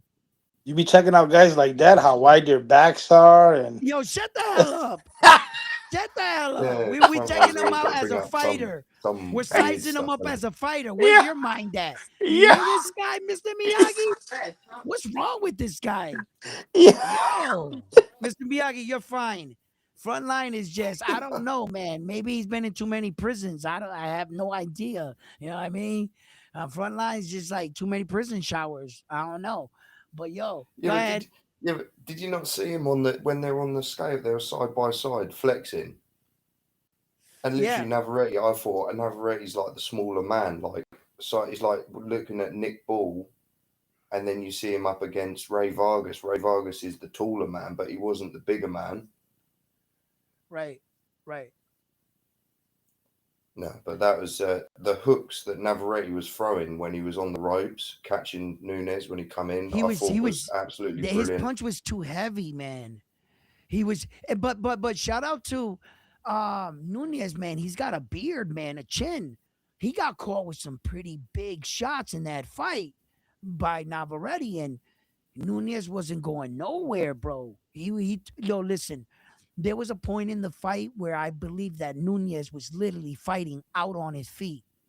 Watch, you're gonna see it. There's a shot that Navarrete hits him with, and that when the referee went, like you could see Nunez still trying to like he was literally like out on his feet. But he has an iron chin, Nunez, and it was a good fight. Um, I think you're right. I think you might be right. I think he could go undisputed at 130. El Vaquero man, you know, he's not gonna get any younger. He might as well go for it. Yo, let me ask you a question. I haven't really caught up or stayed up, but with the 130, before I ask this, why don't I just do it myself then? Here, because my question is at 130. Here's my question. Hold on. That's one right here. So Lamont Roach is no longer the champion at 130? Or does he still have the WBA? Oh yeah, BoxRec doesn't recognize the WBA. Fuck. No, that's gone. That 130, that WBA belt's now with Jazza Dickens. Jagged Dickens? Okay. Yeah, yeah. And he's fighting not Joe Caldina.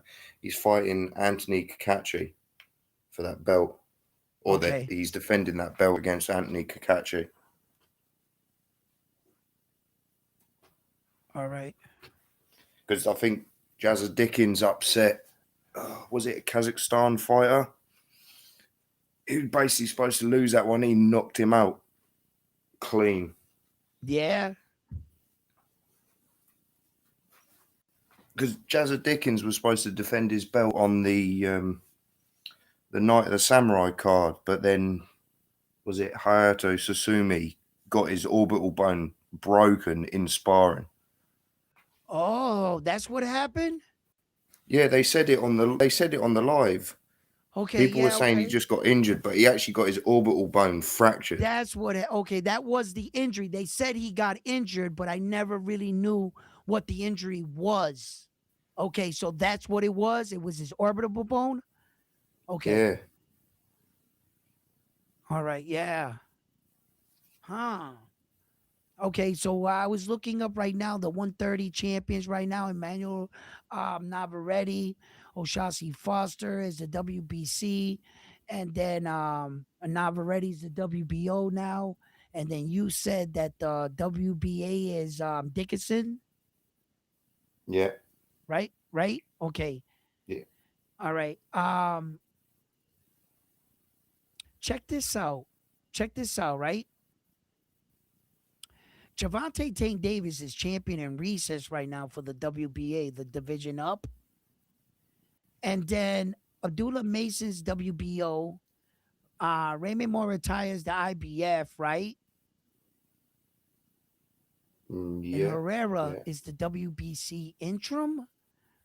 Oh yeah, Shakur Stevenson got the belt removed from going up and fighting at 140. That was the scandal. So now my question is, because I'm trying to figure out the champions now. I'm just getting back into the swing of thing after everything. Um, so I don't know if the WBC is gonna elevate this guy for the WBC world title and where that leads. But Navarrete already tried to go to 135, didn't he? And he lost Yeah, he lost to to Dennis Baranchek. Baranchek. Yeah. Yeah. So when people like Hugo got on the show the other day, I should have caught him with that one right there because he said that. He said, Navarrete, man, I think he's going to be a 4 division world champion. And I should have told him, yo, bro, he already tried that and lost. Just Saul tried it, lost, and won and then lost. He did it backwards, but he could give it another I try, I guess. I do think there's a route for him to get a fourth division though, and it all depends on the fight between Floyd Schofield and Lucas Bardi. If if Floyd Schofield gets beaten by Lucas, I think that fight is perfect for Navarrete But how does that get him in a belt? because it's WBA. Yeah, but the Lewis Crocker and are they gonna fight for John Vante's belt? Is that what you're saying? No, The vacant yeah, belt? Floyd Schofield. Yeah, the WBA. Apparently, according to Dan Raphael, the Okay. WBA is going to order Floyd Schofield versus Lucas Buddy for the For the WBA title. WBA title. Okay, now you're Yeah. making sense. Now you're So starting to make if sense. I Okay. couldn't see Navarrete beating Floyd Schofield because Floyd's too explosive, and Yeah. he's got a decent punch to him. I think Navarrete would just get peppered. But So you Lucas want Lewis Buddy, Lewis Body to do your dirty work in order to fight Navarrete. hey, hey, You're look, hoping if the stars align, if the if stars Lucas line up, Buddy yeah. beats him, that would be Yeah. perfect for Navarrete to become a four-weight world champion. Okay, I see. I see. Because I don't okay, I see. I see. I see. I see. I I couldn't don't see see him him beating Abdullah Mason. and I don't see him beating Raymond Morataya. No, I'm not sure about that. but I don't think Maybe. the IBF they wouldn't allow him to fight for it though. No, I don't think That's so. another thing. No, Yeah. And what about the Cuban? who The and Cuban's what? undefeated though. He's got like 18 fights, 13 knockouts. The WBC interim, the one that's going to pick Uh, up. what's Uh, what's the name? um, let me see if I can't kill I this can't name. think of the Right, name off the top of my head now. Jadir. You know you're gonna kill it anyway. Oh Jadir no, Herrera. Jadir. he's gonna get I said it nah. right though. That there's I another got it line. right, Frontline. So F you. All right. Before you said it, I did say it right. Yeah. It's Jadriel. I still said Jadriel. it good enough. You said it the American way. It Jadrill. doesn't matter. Jadrill. Americano way. It doesn't matter. I said it right though. Jadriel Jadrier Herrera. Herrera. Herrera. Yeah, the WBC interim. So Yeah, do but you you know what though? I don't think he's as good as we thought he Nah, was. so he's maybe getting stopped Navarrete by can beat Navarrete. him. Yeah, I think Yeah, Navarrete beats him That's what I'm saying. for So sure. Mr. Miyagi, the whole For point was sure. Mr. Miyagi was bringing all this up to say, I see the way Navarrete can get a title fight.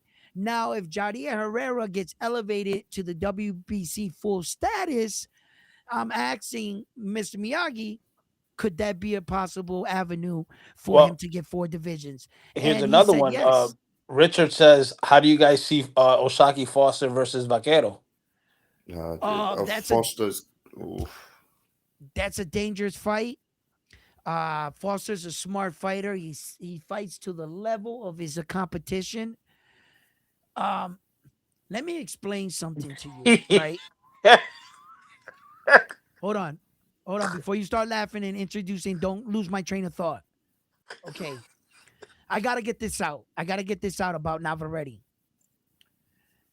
The difference between awkward fighters and like just you see, look, this is my point. Navarrete's the true definition of an awkward fighter. He's not a stupid fighter that just looks awkward. You understand? He's an awkward fighter, but he's a master at his style. Dennis Baranchek, um, he's not that like that. He's awkward, but not awkwardly smart. You got to know the difference between a real awkward fighter, but that is good. Another person, Errol Spence Jr., he was an awkward fighter, but he was a master at his craft, at his way of fighting. He had a style behind it. Don't confuse awkward, stupid fighters with awkward, real style fighters that have purpose. You got to understand that. Navarrete is an awkward fighter, but he's a master at his style. That's what separates him from other awkward fighters. But sometimes you can put those two styles together and it can become a boring fight. You would think that you would take an Esau Pitbull Cruz type fighter and put him against like a Tank Davis, and you thought somebody was getting knocked out. You were like, this fight is not going to the scorecard. I'm not going to say that the fight was boring, but it went to the scorecards. You understand? So you know what I'm saying? There's just difference. And Navarrete is smart.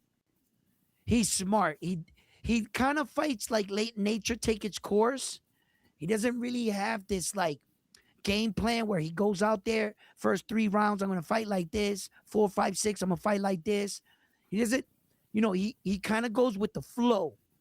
But he's been doing it so long that that's his fighting style. And he's a true master at it. He's dangerous. At any given night, Navarrete can catch you with a sneaky shot. You got to be alert and you got to break him down. Oshasi Foster, he's the type of fighter, he's smart, but he's not showing me that he has real punching power. Like this kind of punching power that could stop a fighter in his track like a Navarrete. The only thing I fear that Oshasi Foster will outland, outscore, outpunch, outcombinate Navarrete, but it's those 1 or 2, 3, 4, 5 punches that Navarrete's going to land in that fight. And through the courses of round, that's the only thing I got to see with my own 2 eyes. I got to see how Oshaki takes Navarrete's punch throughout the courses of rounds. How he breaks him down, just like he broke down Nunes. Nunes's eye was like he couldn't take no more. He was pummeling him. And I got to see how tough Oshasi is actually, how tough really is, or how much is he willing to endure? Like when Julio Cesar Chavez, right, fought Mildred Taylor. I don't know if you guys, I'm going too far back here, right? But Mildred Taylor was tough. He was really a tough man. Those kind of shots after like the 9th, 10th, 11th, he was taking an ass whooping from Julio Cesar Chavez. He was tough, bro. That was a clean shot at the end for a guy that got broke down for that many rounds. That punch was too heavy. I don't know where the hell Chavez kept that at, for the end of the fight, but I've seen a lot of tough fighters, and these are questions I ask myself. And when I watch these fighters develop in boxing, Then with every next fight is a next challenge. This is the next test. Can you pass it? And with every fight on this stage, the tests get tougher and tougher. Devin Haney right now, he's in a situation where now he's surrounded. And he did that to himself, right? Because of what? He wants to test himself. He went and started poking Xander over here, started calling Keyshawn Davis down here. He started calling this guy Lewis Crock over here, Rolly over here. Devin's surrounded. But he got a lot of options. He's got a lot of options and a lot of different ways to test yourself. When we as fight fans, when we watch these fights, what do we want to see? We want to see a better version of yourself the next time we see you, right? That's what I want to see. I want to see a better version. I don't want to see a sloppier version. And with a lot of these fights coming up, guys, I hope that by time this year is ended and we look back at the calendar year, we're going to ask ourselves, what was the best knockout? Who had the greatest fight? What was the greatest comeback? Who had the biggest upset? And these are all things who do you think has the biggest upset so far this year? Who has the best knockout right now at this point in the year? And so far, what was the best fight you've seen throughout the year right now? Any of you guys, frontline, Mr. Miyagi? I would say the comeback of the year so far is on that fresh promotion card and the Subriel card, JBL Cintrón against that Mexican, where he knocked him down in the first round. He came back, he got up and knocked the other dude out in the first round and ended it. I mean, comeback. It was the same round. Yeah, he came back in the same Yeah, round. nah. Not I knockout. mean, you Knockout get your ass whooped for a long period of time, upset and of the then year. I would say Dalton Smith, Subriel Matias. I would say that's the upset of the year. Um, I don't know. There's been a lot of knockouts as of late. Knockout of the year. I mean, you got that Nestor Bravo, Pedro Campas. That knockout was ugly. Now, what about the You Russian guy on the Zuffa card? That one was Oh, ugly as well. mate, that uppercut, he just walked out. Yo, what about Slept with him. the Nick Ball knockout? Yeah, that was. oh Oh, shit, that's going to be knockout of the year actually. That that one he because it was knocked him for a out the title. ring. Bro, he had him sleeping on the bottom He rope. was like this, slump. Hey, he really broke his heart, huh? Yo, Oi, Edwin.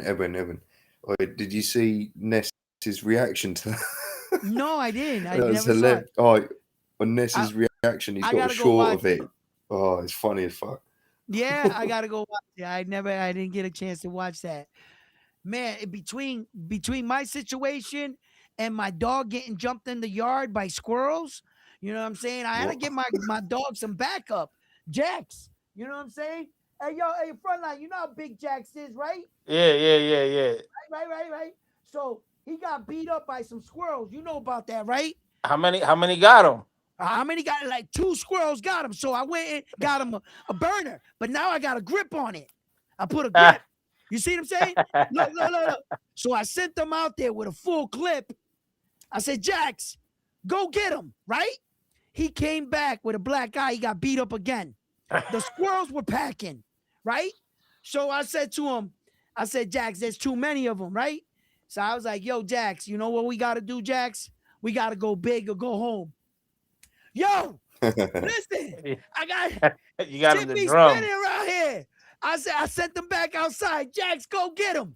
Here. Yo, he came back beat up again. They done took the gun from him. I had to go get it back. Yo, That's listen. crazy. Yo, shout out to Go Guns. They make realistic model guns. I'm into Call of Duty, and I'm not promoting gun violence or anything. I'd rather have the fake ones. This does not shoot, okay?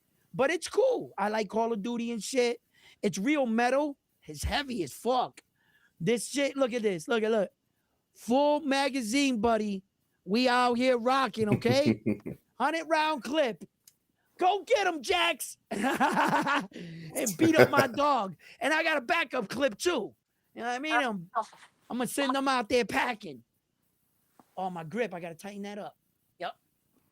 All right. I got a scope on the motherfucker. Crazy. The scope actually works. You can see through it. Yo. But anyway, Yeah, that would, I would say that's that was probably an upset. upset. Yeah, that might be the upset. That might be the upset of the year. That might be the upset. Yeah. And knockout. You know Yeah. what? Oh shit. I don't know because everyone wrote Figueroa off, but when that was announced, him versus Nick Ball, I already knew that just going from Nick Ball's Sam Goodman performance, and I know for a fact Figueroa hits harder than him, and the pressure he's going to put on him. He couldn't get around the Figueroa because he was a mandatory. He would have got stripped. He had to fight him. So it came a point where he had to fight his mandatory because his voluntary, he took Sam Goodman. You know, so there was no way out of it. So, but all he had to do was get past Brandon, and he was almost guaranteed that Naoya Inoue fight after this Junto because, you know, Naoya Inoue was probably going to move up. So, but now he's out of the Naoya Inoue sweepstakes. You don't got no belt. Yeah. But wait, hold on. You're counting Junto out. You're fucking right. I'm counting Junto out. We're talking about the best Japanese fighter in the world. That's not Junto. That's Naoya Inoue. So what happens if Junto gets a lucky shot in and fucking knocks? Then that's what happens. So then he's not gonna be the best no more. It'll be Junto. Well, it might be Junto, but there might be a rematch clause and they'll have to do it again. But until that miracle happens, right? Until that miracle on 42nd Street happens, I'm gonna stay with reality. There's nothing that tells me Naoya Inoue is slowing down or that these guys are gonna beat him. I like Junto. I respect him. I just think Naoya Inoue is an elite fighter. He's about a level and a half above Junto from my eye test. Junto needs to prove the world wrong. Fuck what I think. Fuck what I say. You know what I'm saying? Junto got to go out there and prove it. But until he does that, Naoya Inoue's got my respect as the best Japanese fighter, hands down. That has not changed. That's not going to change until Junto beats him. Yo, Peace to God's got the fight of the year right here. What's that? It hasn't happened yet. But Floyd Schofield versus Richard Hitchens on a get well match. Yeah, but it hasn't. Neither of those guys can make it to fight. Hey, on a get well, two guys. That's why he said, "Hey, you didn't let me finish. It's on a get well match. It's a get well match. Get well match. I like it. Yo, shout out to Santos in the building. I like it. Yo, but okay, come on, guys. Work hard in the building. There's been some other fights this year. Game. What's up? Wait a minute. Devin Haney with Brian Norman Jr.'s ass in 2026 or 2025? It don't matter when it was. That fight was ass. No, but it could. It ain't gonna be a contender to shit. No, I won't. That fight ain't gonna be a contender to shit. Yo, I've watched that fight 4 or 5 times, and you know, if a referee actually enforces the no clinching on the waist, Devin Haney's he's getting stopped at 147 because every time Brian Norman started pressuring him, he would go and grab his waist and duck in below the waist every single time. Look, fight fans. You know, this is also an educational boxing channel. And every now and then I'll give you guys an assignment, chat, right?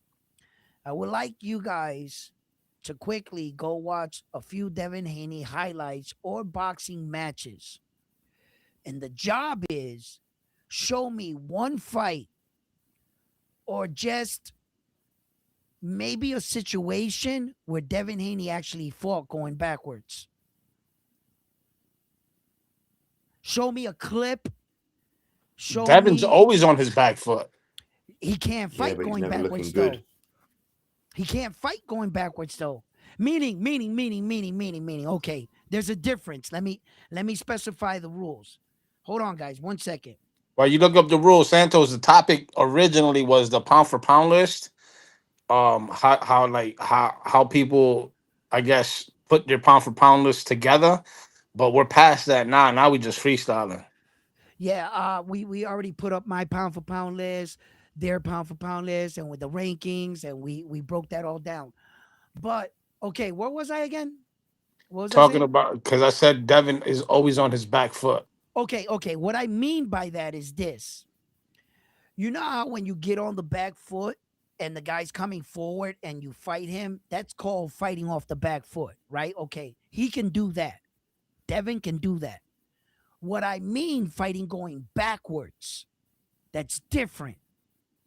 Fighting going backwards, whenever you throw a punch at Devin Haney, he throws up the guard and goes backwards and circles out. Show me a video where Devin ever counterpunched that. Ever. Never, never. Ever when anybody ever punches him, he shows up like this, goes on the ropes, or goes backward. Show me where his skill, like, okay, for instance, Quintana the other night against Vargas. When Vargas punched his glove, he hit him with the same hand. He had an answer back to him. Yeah, but Show Haney is show me sketchy. where ever, and I mean ever, in any fight, Devin has ever shown he can fight like that. That's No, his because flaw. he's scared to get hit. Devin can't fight like that, so he clinches the waist, which comes back to But Mr. Miyagi's point. Hey, Santos says Devin's better than people think. Bro, that's why people always making no, excuses for his no. wins. Truth is, Ryan whooped Devin's ass, but Devin's still a great fighter. Do you know? I tell you what. Do you know why Devin fights like that, and he doesn't like fighting off the back foot? Is because he's Devin to me is a fighter that needs all the advantages. Like he's Yep. always had the reach, he's always had the height, and he's always had the size. Like I never understood how a man can blow up 30 pounds from weighing without IV. That's because, like, you see, okay, when he fought, who's bigger than him? Ryan Garcia was bigger than him. Who else was bigger than him that was kind No, of iffy? Ryan was taller. Yeah, but Ryan was taller than him. He wasn't bigger than him. Right? Devin's a wider man, Oh, I but don't I Ryan's don't look taller. at I don't look at men like that, but Oh no, look, Ryan, you're trying to set me up front now. You're still trying to set me up from the snoring, weren't you? Wow, the weather's getting bad, man. My wife just called me and she just slid off the side of the road. The snow's turning into ice. rain and then turning into ice. It's taking her Bloody 40 hell. minutes just to get to like the next town over. She pulled over and called me. I looked at the cameras. I'm on the phone with you guys, and I looked. I'm like, oh shit! Like it's been snowing the whole time we've been talking. So I just told her, yeah, just drive safe, man. Get home safe. So Yeah, yeah, Yeah, Edwin, what's it's the because of Victor temperature out there? Conte. it's because of Victor Conte. Yeah. It's yo, that li- snack. yo, listen, Jason poor says guy. He Loma be can't even Haney. rest in peace. My God. Fuck him. Yo, shut up, He frontline. he he died a cheat. Stop it. No, he No, did. He no, died a noble man. Yeah, no. right. He Do you corrected know? all his mistakes. Stop it. Yeah, We all make I got to mistakes in say, life. Go I ahead, got to Maggie. say that I'm not into the conspiracy theories because until stuff is proven, you can't really say it. But one Right. thing that I did Devin Boomer. find interesting is as soon as Victor Conte died, all of the snack fighters now have to move up. All of Okay. them. Bam's talking about moving up as soon as that happened, and you can look at all the receipts, all the news articles. As soon as Victor Conte died, Bam was saying, "Oh, it's hard to make the weight." Devin Haney moved up, Shakur moved up, like everyone moved up. You look at even Raymond Yo, check Muay, this out. Hey, he's yo, hey, about to yo, move hey, up. yo. Just confirm this for me. Frontline. His name is Santos. That's Santos Santos. Boxos. Oh, Yeah, Boxos. Okay. that's all facts co-host. Co-host. All facts is co-host. All right. Okay. Listen. Check this out. Right. Devin I think this is my opinion, right? I believe Devin Haney is a very, very skilled fighter, right? I just don't think he's a complete fighter. Stay with me on this, right? He's not he's not an all-around polished fighter. For the type of fighter that Devin Haney should be, my expectations of him is really high because I see what he's capable of doing. Now I've explained this more than once already on my show. The thing is that I think that Devin Haney's father, Bill, tried to give Devin the best start in boxing. By doing so, he didn't train him under one master. He took him around and trained under multiple world class coaches. I think Devin Haney knows a lot of shit about boxing, but he doesn't know how to put it all together. What Devin Haney lacks is an identity. Stay with me. An identity from becoming Devin Haney, not Floyd Mayweather, not any of the other boxers or coaches they trained him under. When I saw Ryan Garcia fight Mario Barrio, that's what I felt about Ryan Garcia. He knows a lot about boxing, but I think this time he shut his mouth and he let himself be coachable, and it all came together for him. Devin Haney's the same way. Devin is a good fighter. I think he's a bit exceptional. He's a bit above average. He just hasn't put it together. The uncertainty of what he believes, once Devin believes in himself and he lets go and he flows and it all locks in, then on that day, he'll be a pound for pound fighter. But the real masters of boxing, the real coaches that are better, they got a better eye than me, a better ring IQ, they can see exactly what I'm talking about. They see what I'm saying about Devin. Devin's great. He's above average. He can do a lot of shit. You can just tell that he's still confused as a fighter. He hasn't found his way. That Brian Norman Jr., that was just vintage Devin Haney being selective. He was actually fighting a bit more cautious. He hasn't let go yet. He doesn't know how to dominate. Devin. He knows how to beat you. He knows how to win a fight. He doesn't know how to dominate. He doesn't know how to let the beast of Devin Haney run out the correct way. Whenever he tries, it's like Teal. Teal tried to will the beast out, and Brian Norman Jr. checked that shit. Pow! And split his eye when he got too cocky. He doesn't know the proper way to bring the beast out. He's trying to, he's forcing it out. That's where Devin's at. Same shit. Same shit. Devin's gonna be great one day. He's gonna be fucking great. He's just gotta figure it out. He's just gotta figure it out. And that's real boxing talk right there. Don't let Ness hear this round one.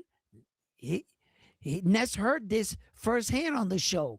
I talk just like this for Devin on his show. As a matter of fact, word for word, I said on his show, I told Ness that Devin's not a complete fighter. He's not. He's not a complete polished fighter. He's better than that. And I know it. I know he is. And I got high expectations for Devin. I think that Devin's going to prove to the world that he is Devin Haney. You know what I mean? I don't want him to be Floyd. I don't want him to be Sugar Ray Leonard. I don't want him to be anybody else but himself. He needs to adapt his character, and he needs to learn how to enforce his will in the ring. What Devin Haney needs to adapt is the mindset. You are here to help me, assist me on whooping your ass.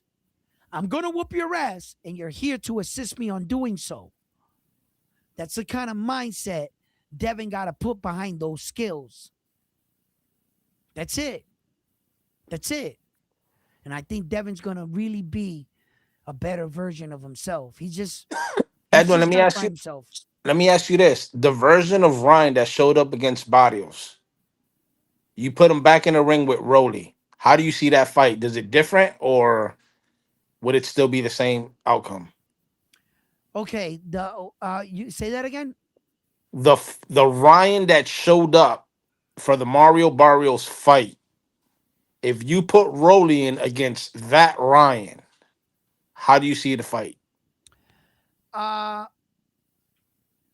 Ryan beats Rolly, hands down. And that version of Ryan will beat that version of Rolly that actually beat him.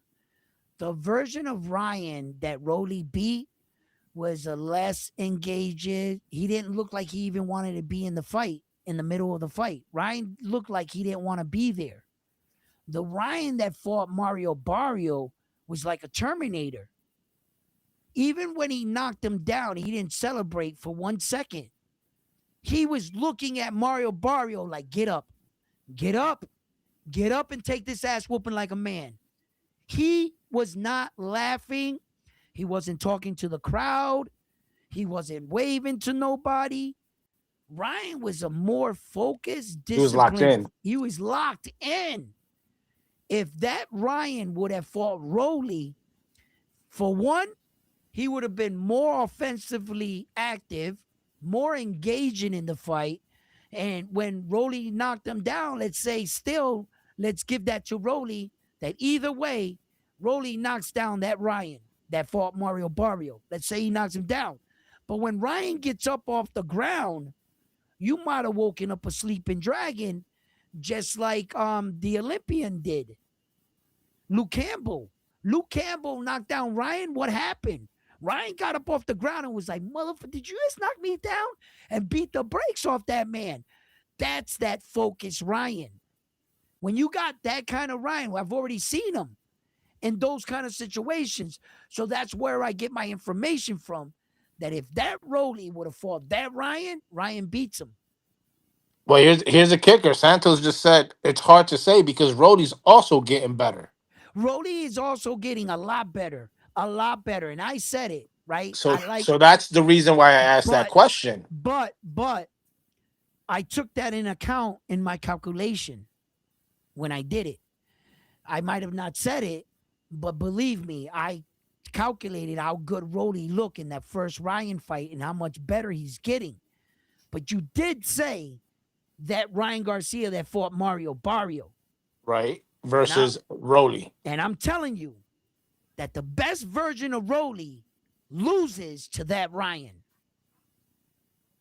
That is what I'm saying. He doesn't beat that. I don't think so. Rolly looked good against Ryan, but let's think how bad Ryan actually fought. How many punches did he actually throw in the fight? Rolly was Now, just coming forward. Ryan was going backwards. now that same question goes, let's just say that version of Ryan that fought Barrios versus a new and improved, quote unquote, Devin Haney. How do you see that fight? Devin beats him. Devin beats Ryan? No, Mario Barrio, you said. No. I said the version that Ryan against Barrios. Oh, the Again, version of Ryan that beat Barrios fights Devin yes. Haney. Yes.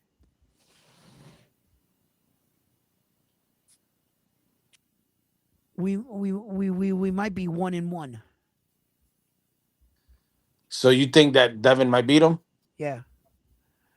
Yep. How? Running, No. sticking move. He ain't gonna fight in the pocket with Can I Ryan. answer it? Go ahead. Can I answer it? Okay.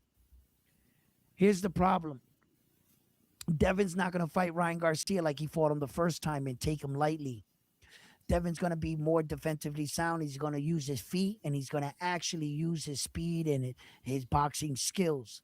The first time they fought, Devin fell asleep at how fast Ryan actually was and how powerful he actually was. Once Ryan clipped him with that shot, Devin was fighting too many demons in his head.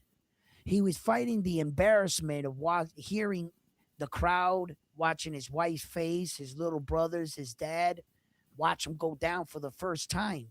That's never happened to him. Then What he are you got, talking about? He's never been, that fight never happened. listen, just relax. It did happen. So I look, and then when Devin got knocked down, he never got hit that hard in his career. So he was a little out of it. So Devin's whole game plan in the Ryan first one was trash. Then he couldn't get out of his head. He couldn't hear his dad. He couldn't hear his dad's instructions. He couldn't make adjustments in the fight. Devin was fighting too many first times for him in the head, and mentally as a fighter, he was still in the fight, but Devin was never in the fight, if you understand what I mean.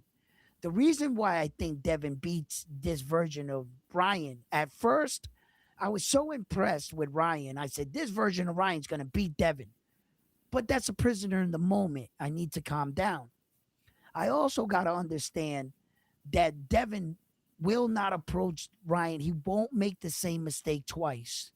He's not going to do it. I don't believe that. Ryan does hit hard. The only thing I got to see if he's able to bulldozer Devin Haney, and if his punch is still heavy. If his punch is still heavy, it's too heavy for Devin, he's going to fold Devin. But if Devin can gain a little bit more weight, because you got to remember all the factors in the first fight. Devin gave too much on that first fight. When you saw Devin at the weight cut, Devin made weight. He was like a fucking crackhead. Devin looked like this. He was like this. He was sunk the fuck in. And Ryan was fucking drinking beers, 3 pounds overweight, already replenishing. He didn't put himself through that same rigorous weight cut. Devin gave too much. So when Devin went into the fight, he might have not replenished all the way. Devin was smaller, weaker. When he got hit with those shots, it affected him more. You understand? Well, Ryan didn't put his body through that. So they're not, and I'm not even bringing in the Austrian, okay? We're not even going to bring that up. But I'm just saying, out of fighters, you get a good Devin, a good Ryan, and a good Devin that didn't fucking weight drain himself all the fucking way to a toothpick, and you got fucking replenished Ryan already starting the fight. Let me see how this fight plays out. I would like to see that again. All I right, so don't. you got Devin. I got I. Ryan by I. knockout. Listen. Listen. I think Ryan's punch might be too much for Devin, but that's something I gotta see at a new weight. I gotta see. Let's give Devin an opportunity to replenish correctly. Let's get all the answers, the excuses out of the way. Let's get Ryan drug tested, right? Let's get everything out of the way, and let's watch these men fight. And on that day, if I see that Ryan's punch is way too heavy for Devin, then he got him. He got him. He got him. But do I really think that Devin Haney's gonna fight Ryan the same exact way? Hell no. No, that'll be stupid of him. Hell But no. to be Hell no. So honest, it's gonna be a different fight. I agree with Gallo. I don't even think Haney wants that fight. Maybe it really doesn't. Listen, you guys should have all listened to Tank Davis when Tank Davis was trying to tell the world, yo, this Ryan kid, this motherfucker can crack. That's the hardest boxer I've ever been hit by in my life. Tank tried to tell y'all. Yeah, but he said the same thing about Rolly too. He said Rolly could crack. That was listen, why is everybody believing that? That was an AI video that the guy clipped it, and he made it sound like Tank said it in that short video that, oh, Rolly, that when he said, who's the hardest hitter? And then they put Rolly, and that's all they did. He never really said that about Rolly. He said that really about Ryan, though. He was on Najee's Cigar Talk, I think it was, when he told him that. And he said, quiet as kept, Ryan's the hardest hitter I've ever been. And then didn't he knock out Oscar Duarte's back molder tooth? Oscar Duarte should pay Ryan Garcia for that dentist visit, because that molder was rotten. It was bothering him. Ryan was like, let me take care of that for you. Bow! That'd be $375. Yo. Took care of that real quick. Ryan can crack. So look, yeah, this is my opinion. I just honestly believe Devin's a better boxer when he gets his shit together and he doesn't underestimate Ryan. I think the second fight is going to look like what the first fight should have looked like. That's my opinion. What the I first fight, like when we thought going into that fight, Ryan is about to get dog walked by Devin. nah. That's what everybody thought. Get the fuck out of front. Frontline, you're a liar. And don't even say you had Ryan in that fight. I did have Ryan. No, you. I don't like Haney at all. Okay, you I know give him why? credit. I give Because him you might credit, but have I won. don't. You might have won a bet because of the fact that you out of hate. So you got lucky on that one, right? So, but let me tell you something. 90% of the people, except Frontline apparently, and 10 more percent of the people in the world thought that Ryan, meltdown Ryan, going into that fight was really going to beat Devin Haney. Hell yeah. Okay? So, yeah. Frontline's trying to sound like a rocket science, like a genius. I knew that from the beginning. There was all But, mind games Ryan was playing oh, on Devin, stop and he it. fell for that shit Stop it. like a little Stop it, bitch, Frontline. like a Stop little right. bitch. Hey, yo, he's trying to act like he had Hey, it all figured Ryan out. told him I love you, and fucking No, he didn't. and Devin got fucking all red and in the cheeks. He's Listen, like, oh my god, I love you too, Ryan. listen. He's a fucking sucker. He fell for the shit. Yo, That's listen, it. listen. Frontline is not an oracle, okay? It's just out of pure hate. He was going against Devin. So he would have never took Devin in the fight anyway. So he only won by default. But other than that, the rest of the boxing world really doubted Ryan. What Ryan did was shock the boxing world. The later the allegations of PE scandal, um, Ped scandal and shit, whatever, Austrian, that's for a second. That's another conversation that we've all had. But what I'm saying is this. I don't think that now that the cat is out of the bag and Devin takes him more seriously, at the beginning, you got to hear the clues. What was Devin saying? I'm an A plus fighter. You're a C plus fighter. Devin never looked at Ryan as his equal. He didn't respect him because Ryan didn't come up the way Devin came up in boxing. He never won a world title. He was always more social media than anything. So it was kind of offensive to ask Devin to fight Ryan when Ryan never deserved to fight Devin in the first place. He never should have been fighting Devin in the first place. And Devin, for being a real warrior that he is and never ducking any smoke, took the fight with Ryan because the people were asking for it. Devin said, this is the fight you guys want, then I'll give it to you. But in actuality, Ryan never earned that shot against Devin. So, I mean, Yo, fucking low key ain't shit. what do you say? What do you say? What do you He say? said Haney's number one on the pound for pound glass jaw list. No, Um, no, no. It's Captain crazy. That's not says, true. plus he cheated and did not cut weight. Santos just dropped his top 10. He said number one, Usyk. Two, Inoue. Three, Bam. Four, David. Five, Canelo. Six, Shakur. Seven, Bivol. Eight, Boots. Nine, Devin or Xander. And then 10, Oscar. Yo, it would have been a good list if he wasn't so goddamn biased. You know what I'm saying? And fucking um media driven by having Saul Canelo Alvarez on that list. How the hell is Saul Canelo Alvarez on a pound for pound list still right now? Above Why? Bivol. Above Bibble. Hey yo, and then Bibble beats him. But anyway, because of what Saul's name was once, Saul's not a pound for pound fighter today. Not in today's time. 10 years ago, he was. Yeah, of course. 8 years ago, yeah, he was. But today, right now, hell no. Why is Saul's on his list? Because of if he feels like if he doesn't say Saul, he'll get like ostracized. That's how the boxing world got you. That you feel compelled to put Saul on the list. You know what I'm saying? You're like I have to put him on J- type J- shit. Jason says, "Yo, Ryan put the beats on Devin. That was brutal." Gallo says, "We bet it that Ryan by points at plus 1100." Richard says, "Ryan Garcia perdió con Tank y Rolly. ¿Por qué no hizo una revancha?" So Ryan lost against Tank and he lost And against Rolly. Rolly, And he didn't and he wants rematch to know none of them. why didn't he rematch He any didn't of get them? it back in blood. Hey, Well, hey, he's not going to get that Roly fight if Dan Raphael's to be believed, because Roly's got to fight his mandatory gears off. He's not getting out of that. okay. Let me answer some of this.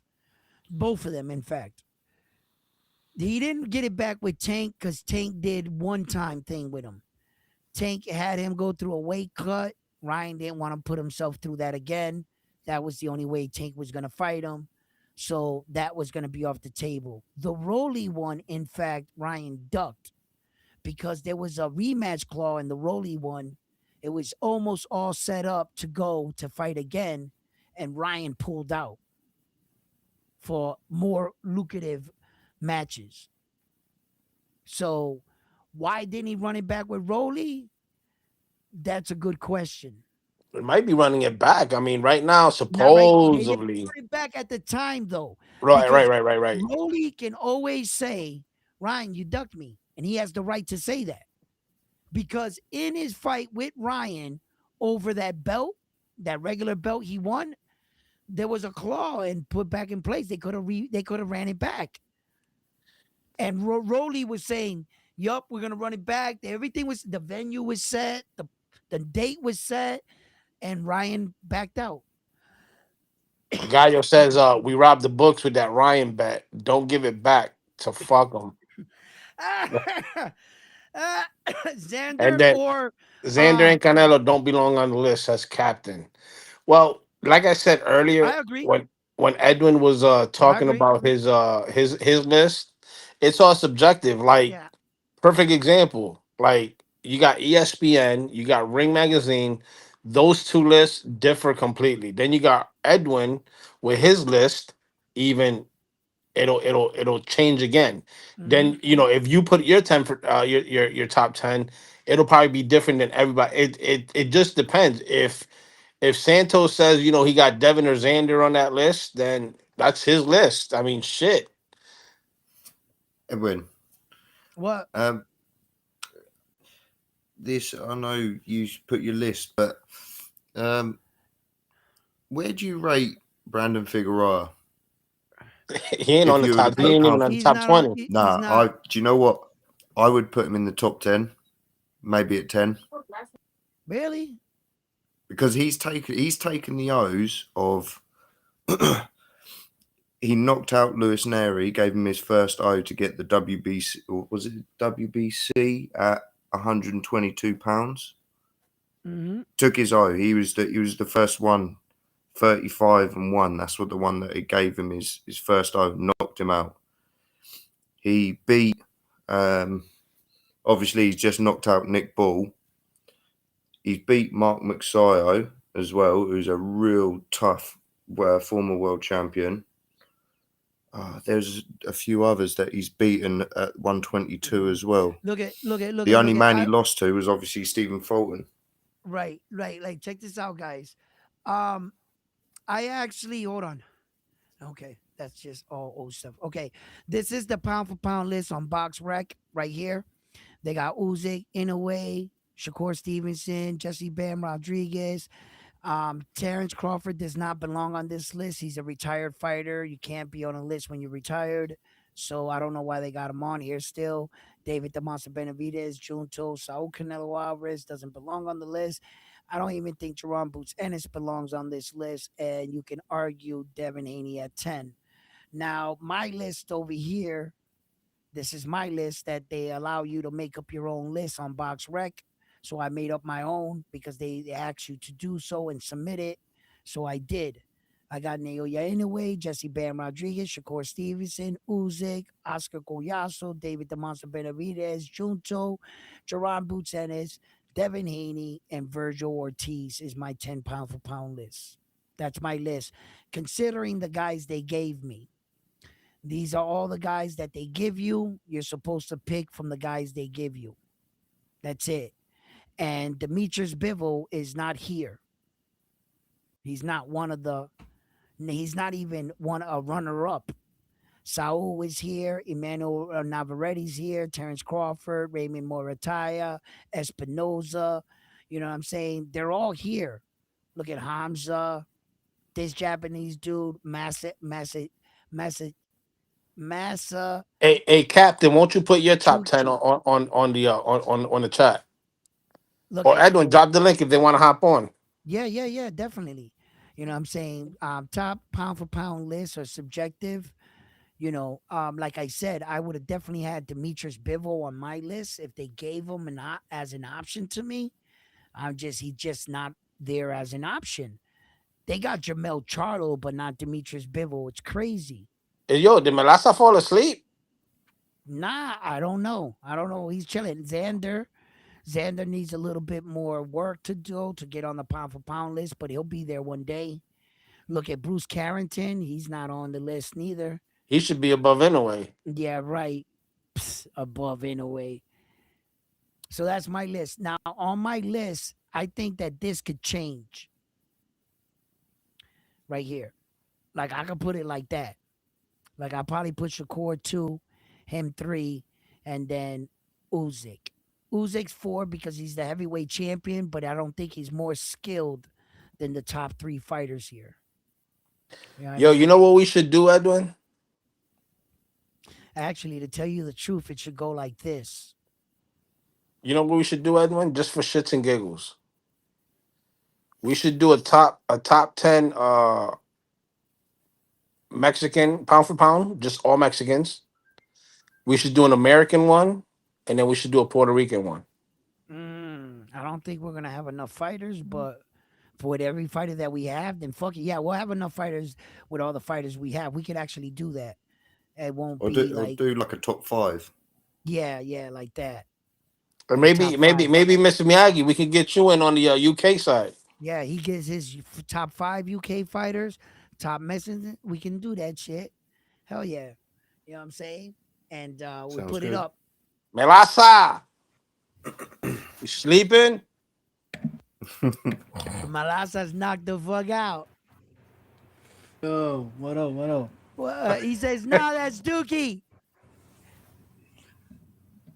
Santos, I would include you in this, but the Dominicans don't have enough fighters, so you have a top 3 list. That's Yo, it. yo, hey yo. Santos Boxing. You saw that they only give me certain fighters to pick from.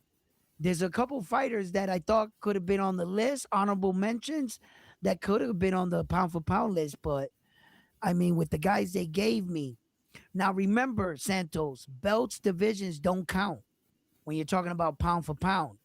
Santos, don't be that guy that when I started my show, that's why I started my show, and I showed you this. Check it out. Check it out, Santos. This is their pound for pound. They got Usyk, Naoya Inoue, Shakur Stevenson, Bam, Terrence Crawford, etc. Right? Santos, stay with me. Now, when they say the best fighter in the rankings, that's pound for pound, rankings around the world, Naoya Inoue's number 1, Shakur's number 2, Terrence Crawford's number 3, Junto Nakatomi's number 4, Jerron Boots Ennis number 5, Saul number 6, David the Monster Benavidez, Jesse Bam Rodriguez. You see? Look. You see what you started, Edwin? You You see see that? what you started. Look at Low Key with his bullshit. Look. That's the ranking around the world. Naoya Inoue is the best ranked fighter in the world, is what they're saying. And the best pound for pound fighter in the world, they're saying, is Usyk. You understand? So when you get in arguments with people and people are saying he's the best ranked fighter, listen to what they're saying. He's not saying he's the best pound for pound fighter. He's saying he's the best ranked fighter. And as you can see, there are actually two lists because they're actually two separate conversations. Just like the face of boxing, the pound for pound, and the best fighter in the world are three separate entities. They're not the same. Sometimes there's one fighter in history that it comes along that he acquires all three. That's a real special fighter. But the face of boxing is typically not the pound for pound fighter in the world or the best fighter in the world. No, it doesn't work that way. And the Look, best fighter in the world is sometimes not the best pound for pound fighter in the world. Like, for instance, Terrence Crawford jumped 2 divisions to fight Saul. That's the best fighter in the world. He did the best fighter in the world shit. Naoya Inoue pound for pound. look, That's Loki. different. Loki says, "Are we claiming Bam and David?" Question. Bodie's little macho. And then Gallo says, "Bam and David are Mexican raza. They rep the flag. They don't come out with the USA flag. Yo, listen. Is David the American monster or the Mexican monster?" Hold up, hold up, hold up. Wait a minute, wait a minute, wait a minute, wait a minute, wait a minute. Wait a minute. Check this out. Check this out. Don't First bust of their all, bubble, Edwin. Don't bust their no, I'm bubble. busting it right now. Right fucking now. Okay? I'm busting that bubble. David the Monster Benavides is not a Mexican fighter. Okay? And the reason why I'm going to say that, and I can say it with confidence, because I believe David the Monster Benavides himself said, when Saul said, I don't fight Mexican fighters, David said, I'm half Mexican and half this. I am no longer Mexican. So you don't got to worry about fighting Mexican fighters. Him himself denounced his Mexican side in order for Saul to fight him. So if the man said he is not Mexican, well, then I'm going to say he's not Mexican. Take that! Ah! Hold that down. You know what? As a matter of fact, breaking news. Breaking news. What? The Puerto Ricans have just drafted David the Monster Benavides. He is now Puerto Rican. Yo, yeah. We'll take him in the draft because you guys made the man Look, denounce Mexico. You guys low key, made him say that. That's crazy. low key got his top five already. Who's he got? Pee Wee Herman? Nah, he's got Bam Rodriguez, number one, As what? as for the Raza top five. That's some biased shit right there already on the He fact. But go he ahead, he, read it. he Read it got off. he got Canelo number two. He got El Mostro number three, which is Benavides. He's got Vaquero number four and Zurdo number five.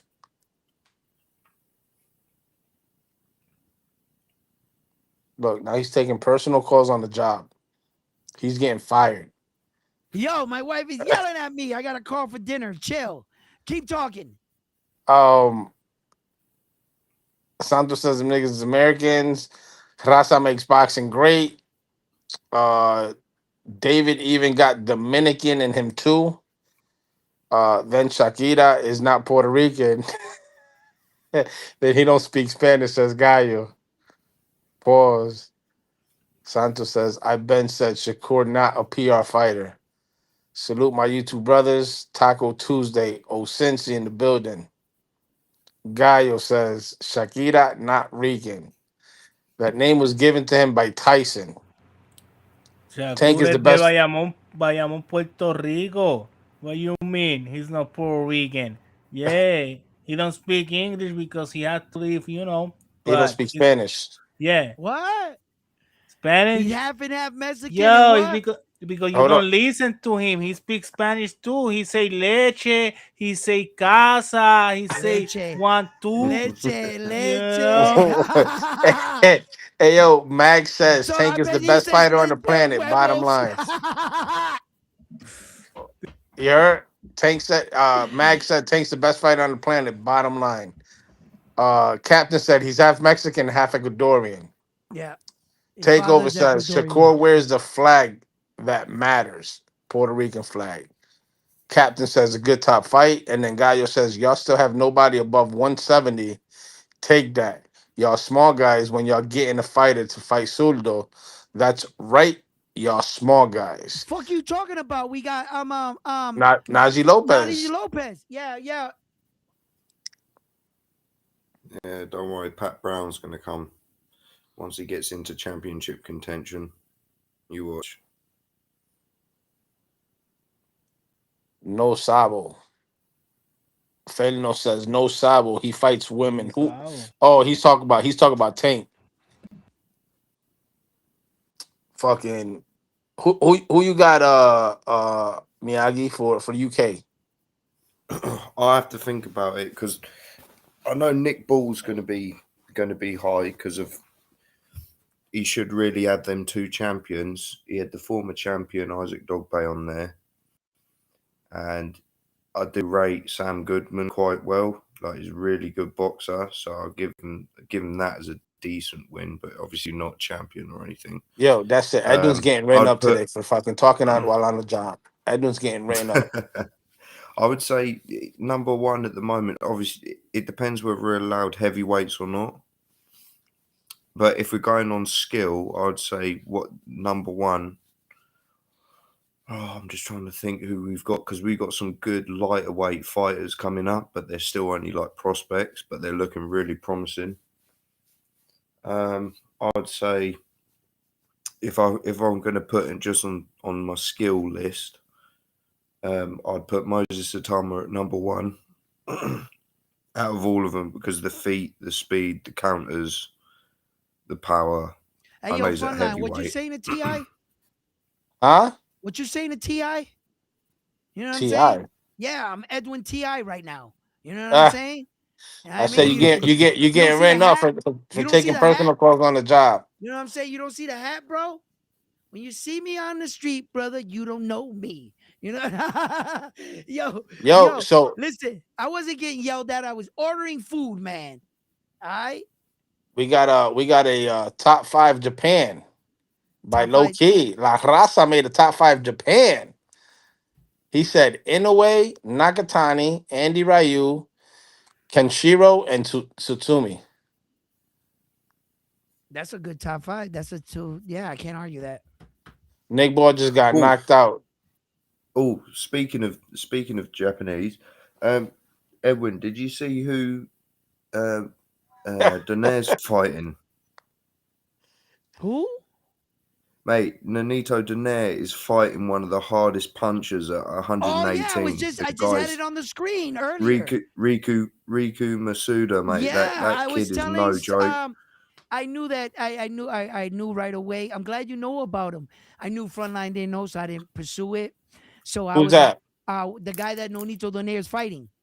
Oh no, I Mate, don't he's a know that. title eliminator. Yeah, man. Nonito Donaire, he's back fighting in March. I think it's March 15th, right? Hey, Gallo said, Something like that. Mr. Miyagi, if you can go check on Ball, he's still sleeping in the arena.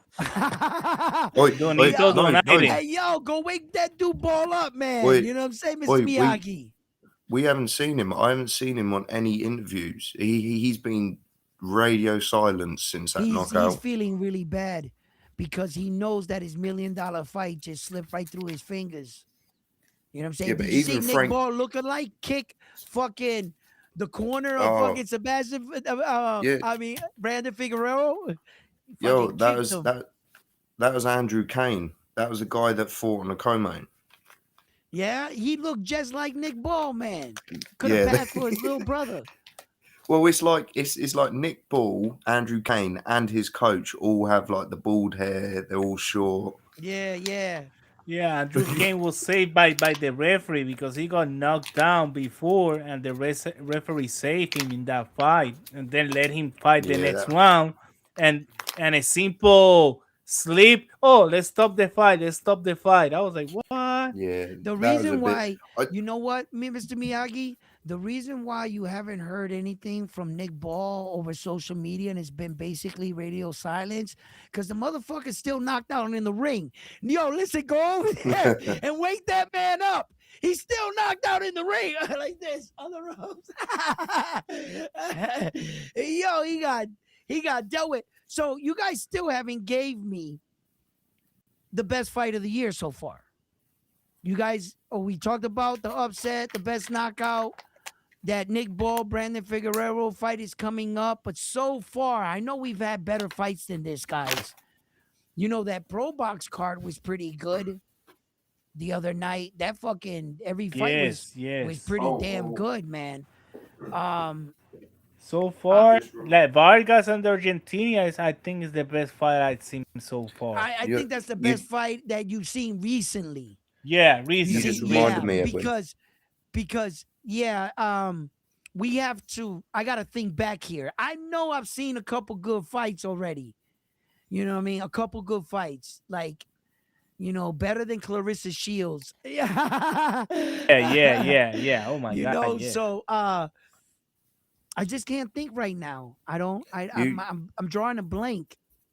that I the know. Pro Box card, the Cardenas versus Martinez. So far in the year, that would be That my was fight of the fire. year That was because Mm, fire. it was just back and forth, and they were constantly punching as well. yeah. Yeah. Yo, that was a Yeah. good fight too. The Kane versus Gonzalez. Yeah, yeah, that was a good one. It's a shame it stopped like it did. Who else? Who else had a big knock? Keyshawn Davis beat Jermaine Ortiz, and he stopped him, Yeah, and but he that was jumped up a not weight that. division. That was a pretty good fight, but I don't think nothing No, special. that No, doesn't make No, Clarissa's no. his, Clarissa Shields fight of the year. Fight of the year. Hey, Clarissa's my Nyquil, says Captain. Gallo says Ramos versus Small Oh, was badass. Y'all late. the fight that Russell versus Andy Hiroka. Hiroka. Yeah, Hiroka. that was a that It fight was a was back and forth awesome. fight, Yeah. but I don't no, think that it yeah, was gonna. It's not gonna reach the exciting Oh, factor. okay. Yeah, yeah, yeah. For like the fight of no. the year. It was a competitive fight. Yeah, that it was. But I don't think it's gonna get honorable mention in that kind of category. There was no knockouts in it. So although it was a competitive fight, not that one. What about Ryan Garcia versus Mario Barrio? Can that go in as No, upset or fight of the No, year type thing? I mean, his no. performance was Was dominant great, all 12 rounds. but not fight of the year. Wasn't like that excitement Listen, like no, I that. don't think anybody thought he was going to starch Mario Barrio. We thought it No, was going to be their competitive fight. It was somebody might have got stopped, but knocked down in the first round, that then to was get up and cool. go 12 and I mean, Yeah, but Barrio was shut down too. Like that's the part. Like Mario didn't put his part because Ryan shut him down. yeah, and I'm not going So to put Naoya Inoue's last performance against Alan David Picasso or no, that those are was not going last to that year. no, I know, but this Junto fight now in Yes, May, that that shit might is just steal the the show. year, fight of the year, could have a potential knockout candidate. There's a lot that can go on in a fight like that. You know, yeah, so I'm looking forward to a lot of these fights. Listen, Najee Lopez on this pro box. You guys how the way Yo, these pro Oh box cards shit! have been Work popping hard. off. Yes. Yo, that Nahir Albright and Frank Ghost Martin. That fight yes, was a yes, banger. that shit That was was a good. It crazy. was a Was a good tie. fight. It was a good fight, That was a tie. That I shit. still don't think that was better than the Cardenas Martinez though. but I don't No. think that fight was better than that Vargas fight with Quintana. That was great. That was great. I'm saying that one, Quintana and Vargas, bro. So far, Gallo says Foster versus Fulton was dope. that was Mm, another nah, shutdown. That was another shutdown. Look, Like Edmonds on the phone on the job again. yeah, Look. yo, I was so like disappointed with that Fulton performance. I couldn't believe yeah. he blew that weight at 130. Yeah, and then people think that Foster, because he was 130, he never moved up to 135. That was a gift to Fulton for missing the weight. But Ochaki Foster fought in 130. So they for fighting 30, but he go and move I, up to 140 you and know, fight Shakur. I don't I see didn't that. understand. I didn't understand why Foster didn't fight more aggressive in that fight because he knows Fulton's not a big puncher, but I yet know, he was right? just popping him, and then he's saying, "Oh, I could have stopped the fight at any point." I'm thinking, well, why didn't you then? He's Yeah. not a big Fulton puncher, is apparently. no Foster. Yeah, he's jab and he's so complicated Well, to get maybe he inside took him. it. He took it. He knew he had the fight in the bag, and he probably respected him as another brother American fighter. He didn't want to hurt Steven. I don't know if he thinks that way. I'm just spitballing here. I don't know why he wouldn't finish Fulton. I have no explanation for Ah, that, yeah. other Hey than the Edwin, fact before I that forget, maybe and he respected in him. the office after the show. And Yeah, what are you talking about? I'm the boss here, all right? You don't be- call me to the office, all because right? it's Fulton You is know what one of another of those I mean? boxers that when he's in auto mode, like if this is working, he's not gonna switch gear to put his fight in jeopardy.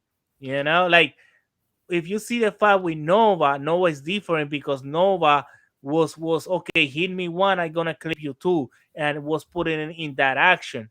But if you don't put Ochaki in that type of position, he's gonna stay outside, jabbing you, working you, and don't letting and shutting you down. And he will do that for 12 rounds. That don't bother him. Yo, this That's chat why. is on fire. That's good. Cruz versus Mortal was a good too. Yes. Yeah, that was That all That was right. That good. was decent. And then I could say, okay, so how about this, Edwin? How about comeback fight of the year? Okay. Smith versus Matias. Because Matias was whooping Dalton's ass until Nah, he wasn't. nah, Nah. no, you're stretching. Nope, Yes. nope.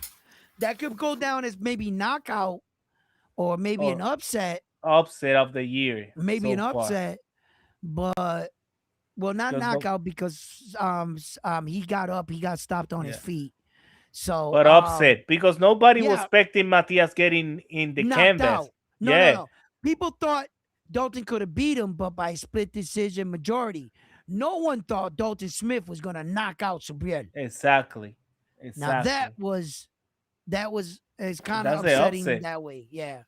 Upset. In that sense, you know what I mean. So, but yeah, I'm sitting here trying to think about good fights.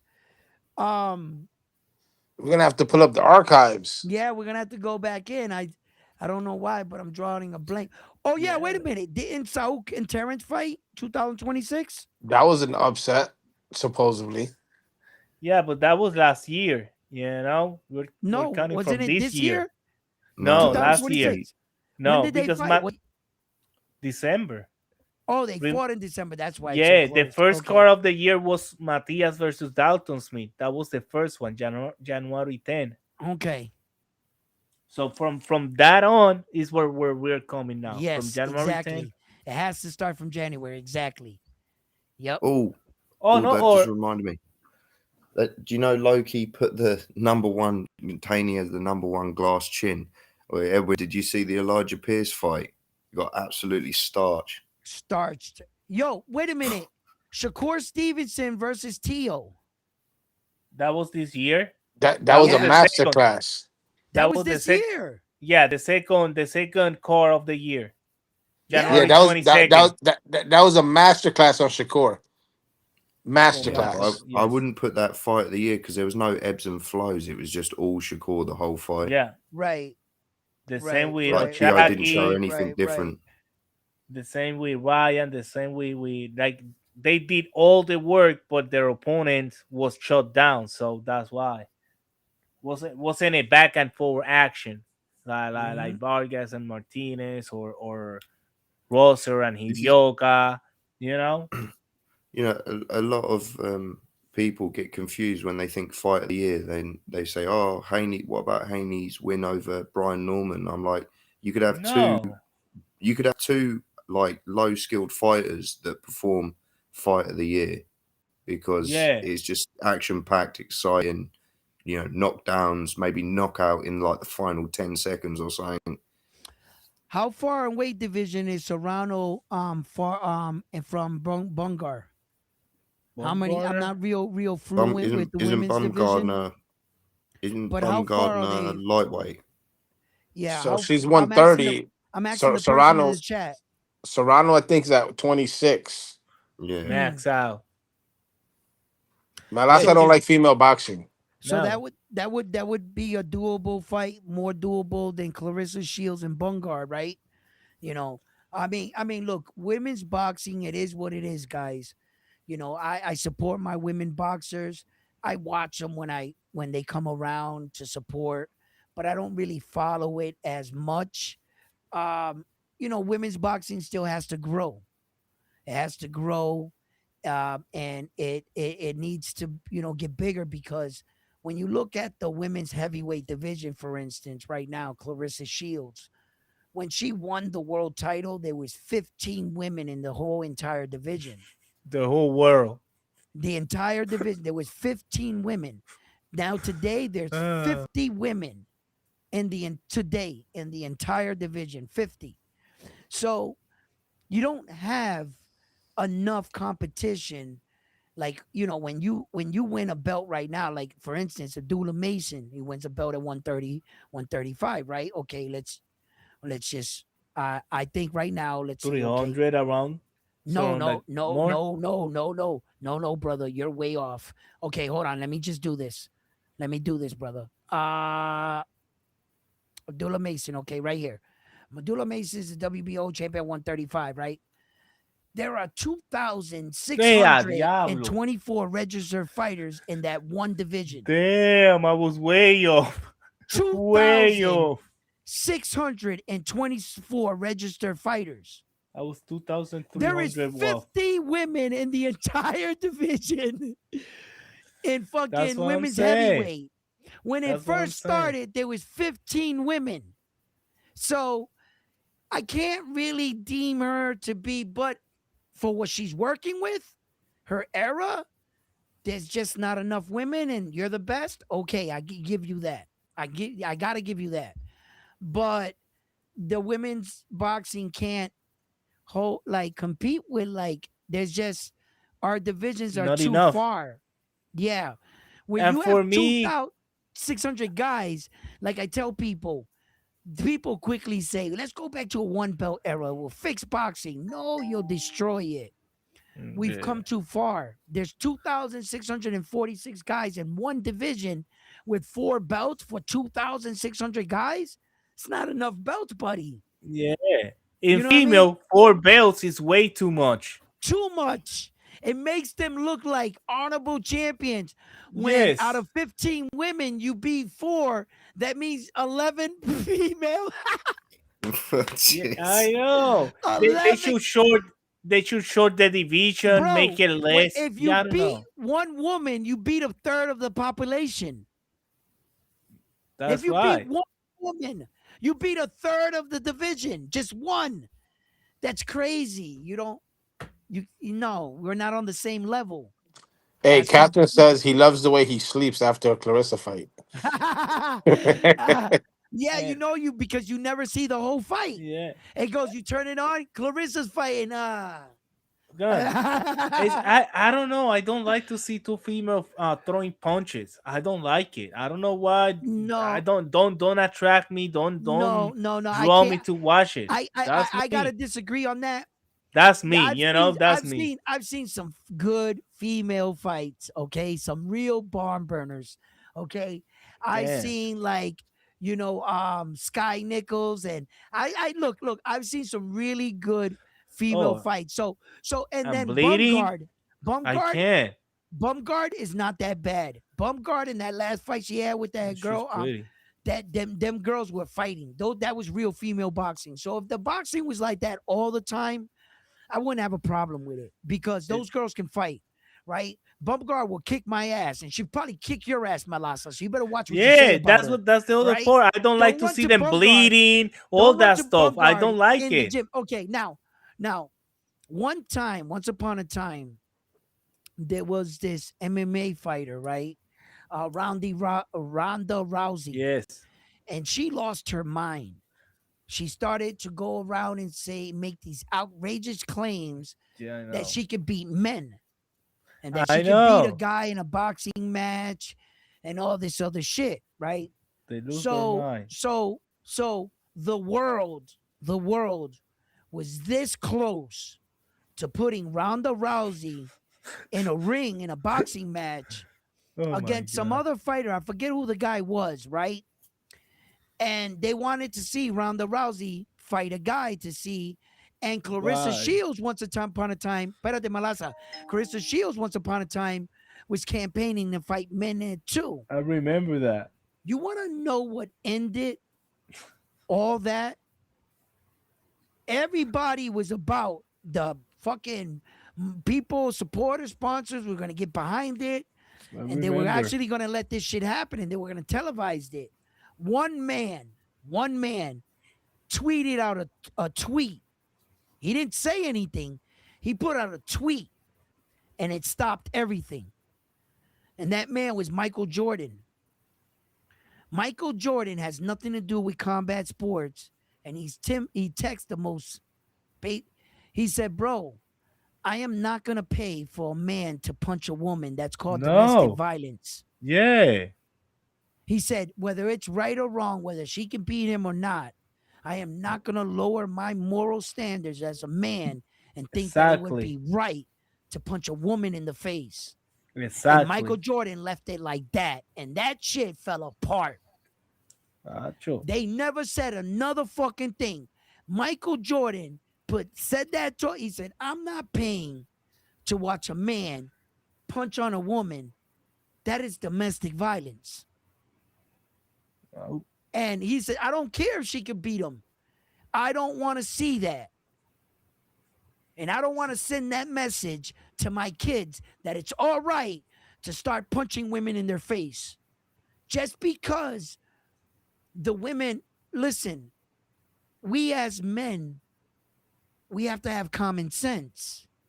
When our woman comes punching at our chest, smacking at our face, you got to yeah. suck that up. You got to suck Exact. that up. You know what I'm You saying? cannot slap her and knock her No, man. out. No. Because no. You know Yeah, what you No. could no. do though? You could give him that baby shake syndrome. Listen. Stop When I it. was a little kid, wait But a you James. cannot grab her too tight because you Oh, can mark them and stuff. yeah. Check this out. Okay, listen. There's a difference, my man. There's a difference. My father told me this as a child, and he told me this a lot. He said, "Edwin, I never in my life smacked a woman, but I'll smack the shit out of a bitch." Two different things. That's what my father said. He said, when a woman's being a woman and a lady and a thing, yeah, but there are some sinister women that want to cut off your penis and throw it outside in the highway. Yeah. You know what I'm saying? That's fucking different. Okay. So I understood what my father was telling me. He told me that for years and years. But even if I could see the woman and she wants to be tough and I could look at her and stuff, we knew that at 12, 14 years old, we were physically stronger than our mother. When she came to with us with that belt, we Yep. snatched it. We was like, "Mom, the ass whooping days are over with." Yep. Shit, Yo, that's she you. she was whooping my ass. After I grabbed the belt, she I, hit me 20 more times for grabbing the belt, but I was still standing there like this. Take her. laughing. I already knew at 14, Mom, it's done with. Yo, she had to physically punch me in the face and bite me. My mom, because she couldn't beat me up anymore. Because I Yeah. was bad as hell. God rest her for dealing with me and my brothers. We must have drove that old lady Yeah. crazy. We must She have was drove her nice then. crazy. My mom Like, used to wait till I jumped in the shower. She'll go in oh, there with she an got you with extension those cord. ones. Oh, those were the best. Oh, the pika. Ah, Yeah. yo, you were Yeah. dodging, bobbing, and weaving. Yo, like, oh man, my mom caught me nice one time in the summer. I was in the shower. I did Ooh. some bad funky shit, and she grabbed the vines from outside from the tree, Oh my and she god. Yeah. braided them. She sat outside and braided them. Wait for me and sent me home to get it. And she caught me in the shower with that. She peeled that shit. Bro, I still think I got some marks. Yeah, No. Hey, man. Mag, to answer your question, by My Masterclass. He says, my, how my does mom was Shakur Capison beat Tank? I'll wait. Yeah. Look. Let me tell you something right now. Look, Tank's down bad, but I'm not gonna tell Mm. lies on Tank. If Tank finds Shakur's chin, night night. Yep. Night night. You said the Shakur, key word Shakur. if. Hey, it doesn't matter. Okay, but it's a possibility. You're not gonna sit here and tell me that all Tank got is just a puncher's chance. No. He He's a know what highly he's skilled doing. boxer. Shakur's got to be sharp for 36 minutes against Yeah. Tank Davis. Now that I think Shakur is the better boxer, but in burst situations, Tank is better. Tank can be out here, like right here, lulling you to sleep, and all of a sudden, whoop bam, like he Nah. did Rolly, like he did a lot of his guys. And then they see when it's too late. Oh That shit, Mario Barrio came Frank out. Martin. Yo, and Frank is burst speed when he wants Yo. to. Yo, he lulls you to sleep with that simple shit. Pop. You be like, oh, Tank, you're not that fast. Pop. Then all of a sudden, a burst. Boom. And you're hurt. And you're staggering backwards. And all of a sudden, you're looking up going, those are pretty lights. And How are Frank you seeing the Martin. light? The back on your back? The last fight, the other guy was bigger than Frank Martin and clipped him, and Frank Martin don't went to the canvas, and Tank Davis is smaller and send him to the ropes. You feel what I'm saying? So he got power in these hands. He know how to move. It's not that easy for Shakur neither, But whatever, they're in two weight class, the different weight class. So Yeah. Damn, low key already got the scorecard on that shit. He got 118, 110, Lil Macho. Damn. yeah, like that. 118, 110? Padley was That's able to 4 close the rounds. distance with Shakur. Padley was able to, and who else? Oh, Cepeda, pero Cepeda. Cepeda, he fought like that, but he said it though. He said he'll never fight like that again. Yo, he Shakur, you said that? Shakur, yeah, he Yeah, said he would never fight like that yeah, no, but again. that's just Cepeda to put him prove in a that point. position. He That throw was the bunch and Yeah, bunches. that was just to prove a point that Shakur could beat Cepeda at his own game and not be a runner. Stand in front of you, catch and slip, catch and slip, catch and slip. He wanted to prove a point to the world that if I wanted to, and the way he proved the point, many boxing fans will never appreciate it or fully understand the No, point that he made against Cepeda. You got to think about this gentleman. Cepeda is in the Guinness Book of World Record for throwing the most punches in one boxing match in a round. Yes. He's in the Guinness Book of World Record. So he did that against the guy that throws the most punches in boxing history. You got to think about what he did. He did that win and Hey, stood in front of that kind of guy. Oh, hey, Mag, here at round one, you ask a question, we're gonna answer it. You may not like the answer, yeah, but wait, you're gonna get an answer. we're Mm-hmm. not wait. I got cheerleaders. We're not He says, "Yo, cheerleaders. Shakur don't box better than Tank." You asked the question, and Edwin answered it.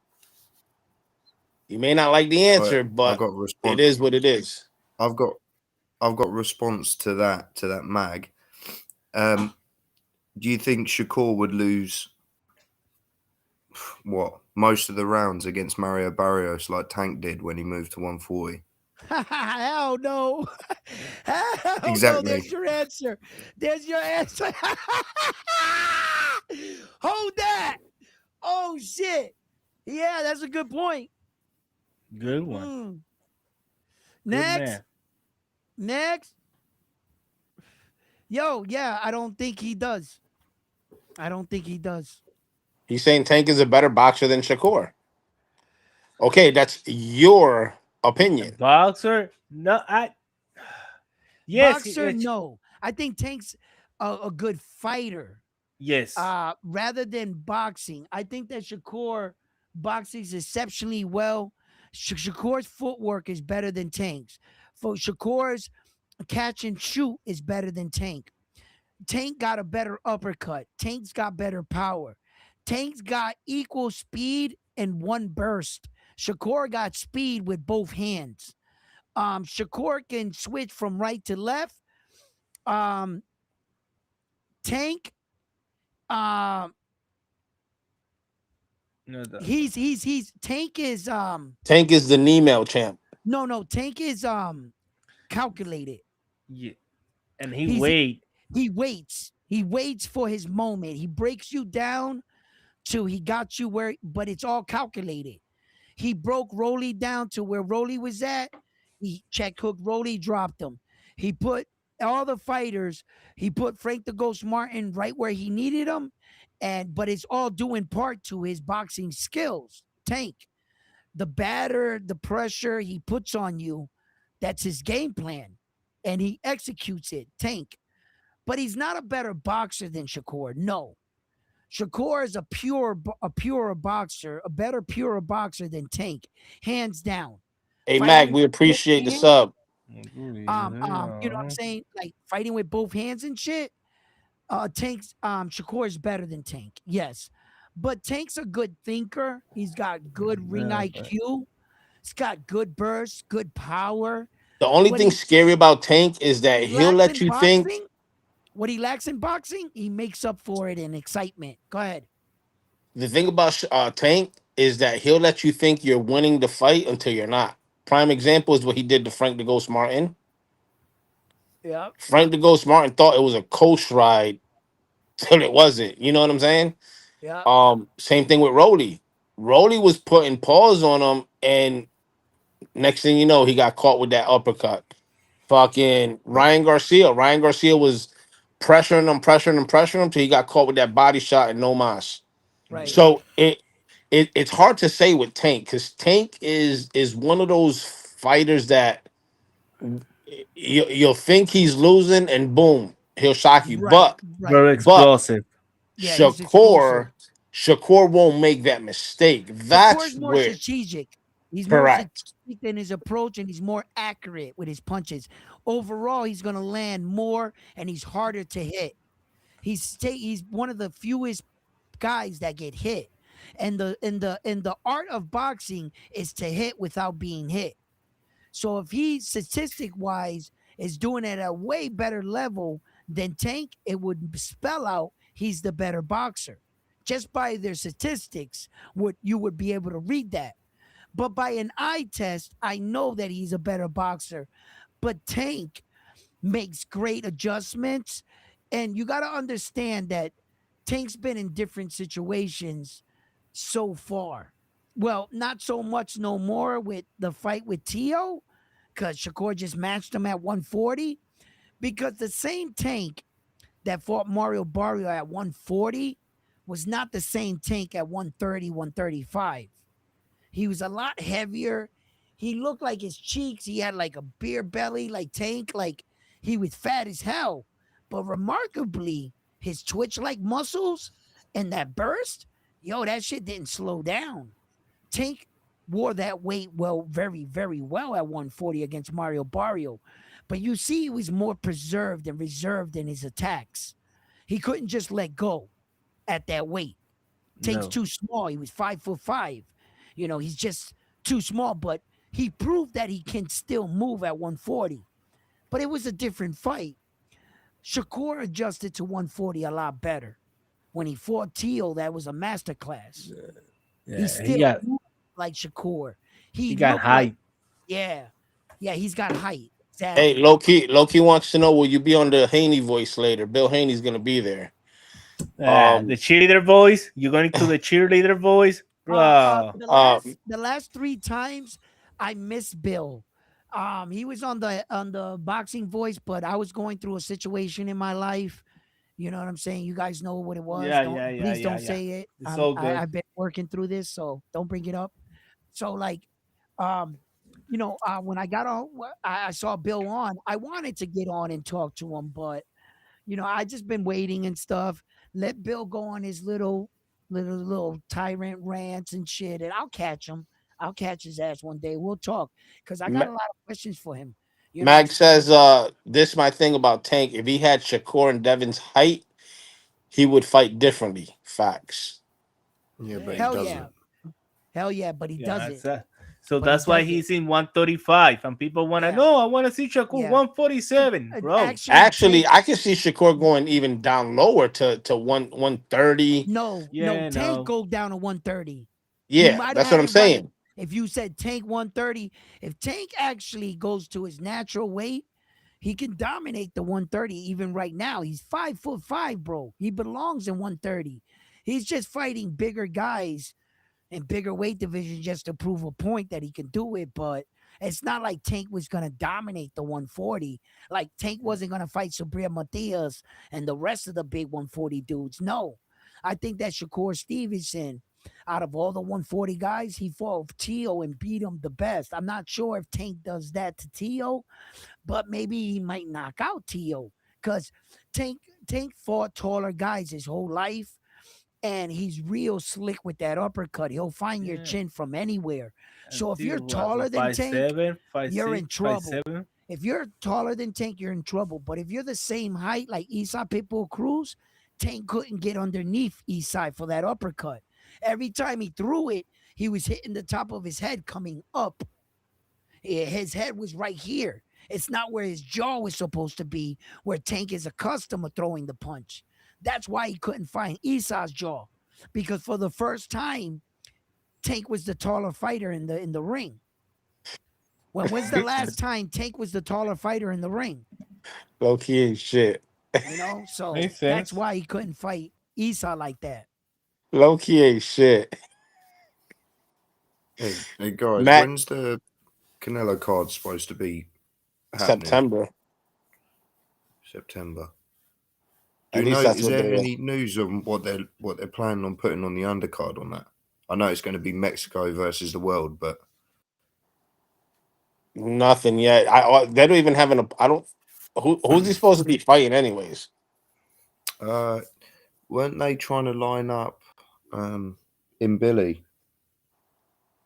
Canelo versus I Billy thought on that? I thought Turkey was trying to line up Hamza for him.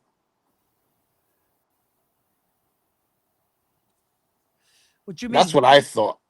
What was what? Yeah, but what is? I don't know. I don't know. I've seen multiple different things About because I what? I think what they want. No, because Hamza's going to fight. He's going to fight someone for a belt, and I think Yeah. Canelo's fighting in Billy for a belt, and then they'll I didn't probably, if think they that both win, they'll Canelo probably wanted that in fight. Billy fight. I thought he denied it. I don't. I haven't seen anything Saul about him Canelo denying Alvarez it. is supposed to be fighting. Didn't No, Camachito they put they this on the? ordered.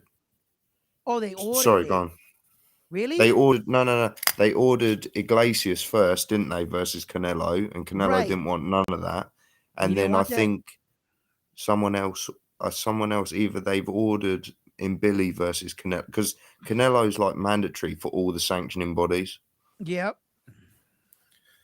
So it's just whichever way he wants to go. But I think Shiraz is fighting for a belt, but I just can't remember which one. All right, Hamza. Let me get that right now for you. Hold on. I actually think I saw Hamza's name here somewhere.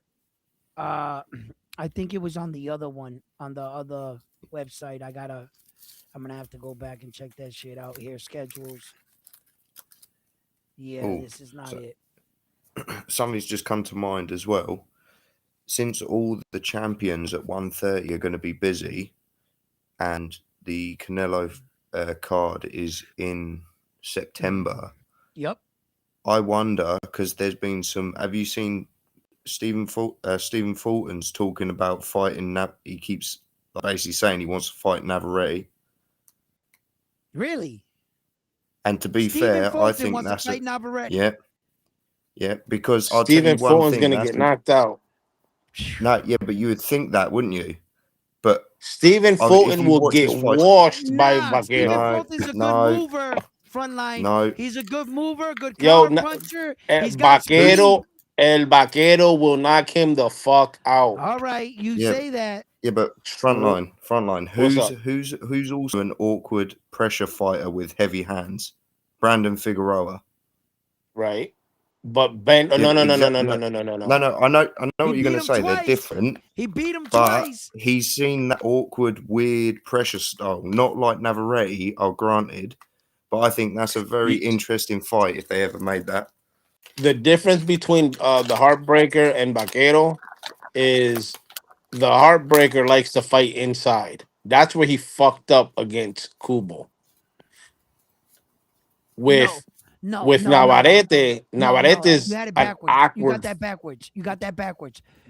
Where Brandon fucked up with Cool Boy is that he didn't fight on the inside like he did the first time.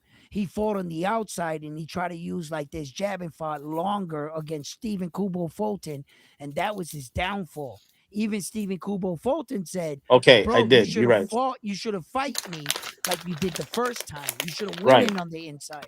Right. Yes. And Now go ahead.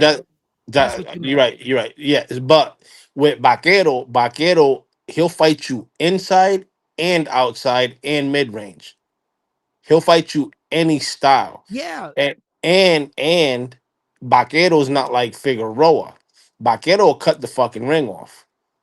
Vaquero will catch you with some shit and he's gonna drop your ass. Kubo barking up the wrong tree right there on that one. Hey, Mhm. all I'm Hey, saying hey, is guys! don't be Another surprised if you fight. see that on that Hey, and card. shout out to Jose. He said, "What up, round one? Salute." What up? Yo, Um, another guy that to keep your eye on, not another guy, another fight for potential fight candidate of the year, maybe knockout, bro. That Sebastian Fedora one time Keith Thurman fight, someone might be going to sleep in that fight or getting stopped brutally. So I'm anxious to see that fight.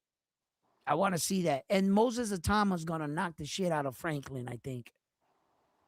So I want to see some of these fights coming up. They're gonna be some pretty big fights. So hey, Pug wants to know Keyshawn obviously in El Junque doing business with the WBO. Let's see what develops. Uh, well, hopefully the WBO is a good organization to represent. It's a great belt. He had it one time before. He already got ties with them. I don't know. I but don't know. I I don't saw him know calling if out. I saw him do a video calling out Isa Pitbull Cruz. That's the last thing I heard of him. yeah, but But those hey, palm trees and stuff look like he's in Dominican Republic. He don't look like he's in Puerto Rico. That's what I saw. Those don't look like Puerto Rican palm trees. hey, Nah, I know my palm trees. I know mine. Pug wants to know who does Manny Robles train if Heartbreaker and Espinoza fight. Heartbreaker and Espinoza fight. Who did Yeah, he I who? could see train? Holy I could shit! see He's gonna have to leave one Figueroa. fighter. Yeah, No, Figueroa would he's train with his dad if they yeah. fought. Figueroa. Which one? Which Figueroa? Brandon Figueroa Brandon Figueroa, Heartbreaker. Yeah. Oh, okay. Yes, yes, and yes, Espinoza. yes, They're yes. trained by the same guy. If they fight, what happens? Oh, oh. That would be like if So maybe don't Errol happen. Spence Jr. fought the Charlo twin at the time and moved up from 147 to 154. And Derek James would have been training both of them at the time. Because Derek James at the time had Errol Spence Jr. with 3 belts and he had Jamel Charlo with 4 belts. Remember? Yep. At the That's time? when Derek James was the best trainer. Yeah. Hey, has any of Robert Garcia's fighters ever fought each other? Good Because I know question. his is it his son co-trains as well? Yeah, that's a good question. I'm not sure they ever went against each other as father and head coach trainer. That would be interesting, wouldn't it? Because Um, the Yes. same thing with Joel Diaz as well and his brother. right. I've never seen that happen either. Um, Hey, Jose wants to know: did y'all see Ryan Garcia surfing while holding the WBC strap? no, I did not. What the fuck? Who? Ryan Garcia. I gotta look for it. What? What do you? Where do you see these Ryan Yo, pictures Garcia and at? who? Jose De Leon. He says, "Yo, did y'all see Ryan Garcia surfing while holding the WBC strap? No. that's Pull got it to be up, some Edwin. Pull AI it up on your stuff. computer. That's All got right, to let me be put it up. AI, surely. Let me put it up. Hold up. Okay. Hold on. Loki says no. Espinoza has a Barrera trainer in Mexico now. Ah, interesting. Look, Edwin's on the phone again. He's getting ran up for sure. For sure. He's going. He might get suspended. He Oh fuck around. Probably. yeah. Oh, look at Get up the him. Ryan Garcia thing. No, you was talking. I saw you talking to the phone. That I'm looked like he's talking a into the pool. mic. That's a pool or something. Yeah, they're holding him and stuff. Like I don't I don't get know, mad right now. surfing pools. Wait, what? Yeah, because now they do surfing pools. Wow, to the water. Let me see, You cause watching it, Mela? yeah, yeah, I'm watching it. Like, I'm but putting But it up what now. I'm putting it up now. it's like one guy help him get up and do the stuff. Other guy is holding the title. Mira. Look at him. He went in the water with the belt. Oh, but I Fight say Hawk. Look the Fight Hawk. Fight Hawk. No, but not that. Fight Hawk have the whole short. Look at him. He's gonna pass him the belt now. Yeah. Watch. And he getting it. Oh shit! What? Taking photos like that, Ryan! Yeah! As soon as he get a title. Serpent holding the title. You see what a belt Okay. can do for you? But a Yeah. belt ain't shit. Ah. Yo, But a that's belt, that's crazy. great. but a belt Yo, ain't shit. But my that's great man was out advertisement for there the doing WBC. photo ops with the belt on a surfboard. Alright? But world title can't do nothing for you. Yeah, right. Don't listen to them dudes. Belts is everything. Oh, now he's Damn. walking into the a helicopter. Now he's walking with the title on jumping into a helicopter. And Oh, but the title is nothing. Why? Look. I know, Oh right? my God. He's doing everything with the world title. Helicopter ride, surfing. He's flashing that belt. Yeah, Playing but golf. belts ain't shit, huh? Yeah, right. Let you tell it. Might get injured, Pug said. Why you hating on Ryan? Yo, I hope he don't And get he got hurt. that shit shiny. He opened it up. It's not like Subier that he never used it and stuff and was always strapped. No, he let it go. He's using that title. Dwayne, Yo, what's up, Ryan's out here doing big things. That's crazy, guys. He's out here surfing USA. Yo, Yo, we gotta get Keith on to find out who his opponent is and how's yeah, we training do. going. Hey guys, I don't think we're gonna have a 7:30 show because it's now 6:30. It would be pointless to go on in an Yeah. hour. So you know what I'm saying? We just been rocking out. Hey, best fight I ever saw was what? A non-title Non-title fight. fight. Gotti Oh versus Ward shit. one. Oh, Which one? We got one? Yeah. One. yeah, that was in Jesus Connecticut. Christ. Was That that a was in the fight? Mohegan Sun. That was so evenly competitive, and it really brought the tough guy in both of them. You saw on full display heart, courage, will, determination.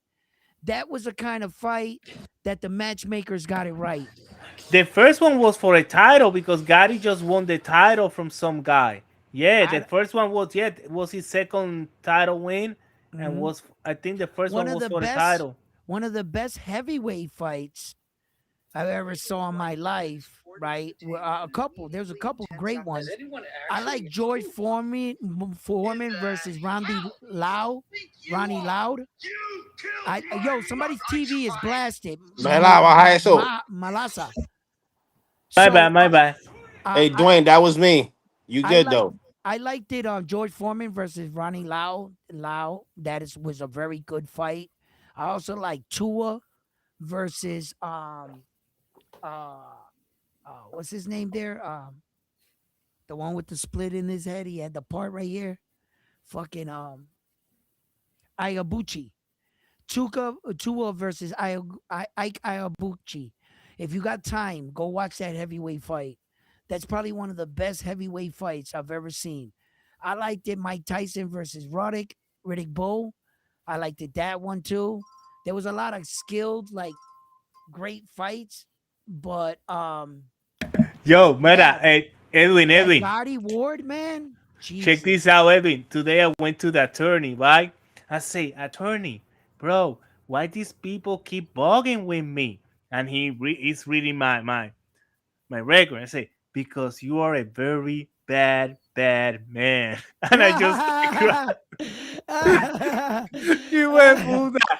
And that's I was fucked like, up. bro, no, I'm a good guy. That was a long time ago, right? Yeah, So yeah, then yeah. I was talking to him, and what I told him like, yo, but you say, bro, these people do. Oh, because I show him my paper where I say, it's because you received letter from the Republican Party. They want to lock up all the Republicans. They're killing people. Ah, ah, Like, ah, ah. shut the fuck up. I Hey, always hey, wanted to Dwayne, see it's frontline, Danny frontline, Tua not versus Mike HLD. Tyson. Those were two Mike Tysons right there. That he was like the Hawaiian Mike Tyson or Samoan Mike Tyson, and Mike Tyson was Iron Mike Tyson. I always wanted to see that kind of fight. You know, Tua beat the shit out of the heavyweight champion. What was his name? John Ruiz. He Yeah. beat the shit out of that dude. Um, Bro, and Freso Kendo was jabbing and hitting him nice and Tua yeah, with one hand. one hand. Woo! Knock Boop. him out. And No, Freso Kendo was a good yeah, two future is just another Mike. You Yo, got caught with one of them big punches. you know what fight Ooh, is down. classic? You know what fight is classic? The Jody Boy versus Tito Trinidad. Oh yeah, yeah, that's a good yeah. fight. But the Mexican fights, what was their names? But what the fuck, man? Strike me dead right now. Just kill me. I can't believe I can't remember these guys' names. You guys are gonna fucking go crazy. Um, what's his name? Wow, somebody help me here. The Where? Canteras fight, wasn't it? No, no, no. The one that Manny Pacquiao fought and them two dudes always used to go head to head. Barreras and Ah, Barrera, Antonio Barrera y el terrible Morales. Yeah. Morales. Yes, make lightning strike me right now for not knowing their names. You know what I'm saying? Uh, I should that be was a great a war. parade down the street hauled by a donkey. Bro, You know what there's I'm so many saying? fighters that you gotta remember, and Yeah. you try to train your brain to go back, and it's like, It's just I got so much boxing in my head, bro. It's just it just overlaps, and then I forget some. I've forgotten a lot of boxing too, but it's just boxing, man. There's just too many fights to go back over. Listen, oh, let me you tell got you somebody one of the challenging you right now. let Who? me ooh, Ethan, he says Salvador Sanchez versus Inoue is my dream fight. this motherfucker. Why would you do that? It's two way Why would you do that? Salvador was 135, I think. Listen, I don't give No, a fuck. he that's why he said it's a dream fight. I don't. Yeah, Salvador's dead, but we all know this. But you guys know, or he might not know how I feel about Salvador Sanchez.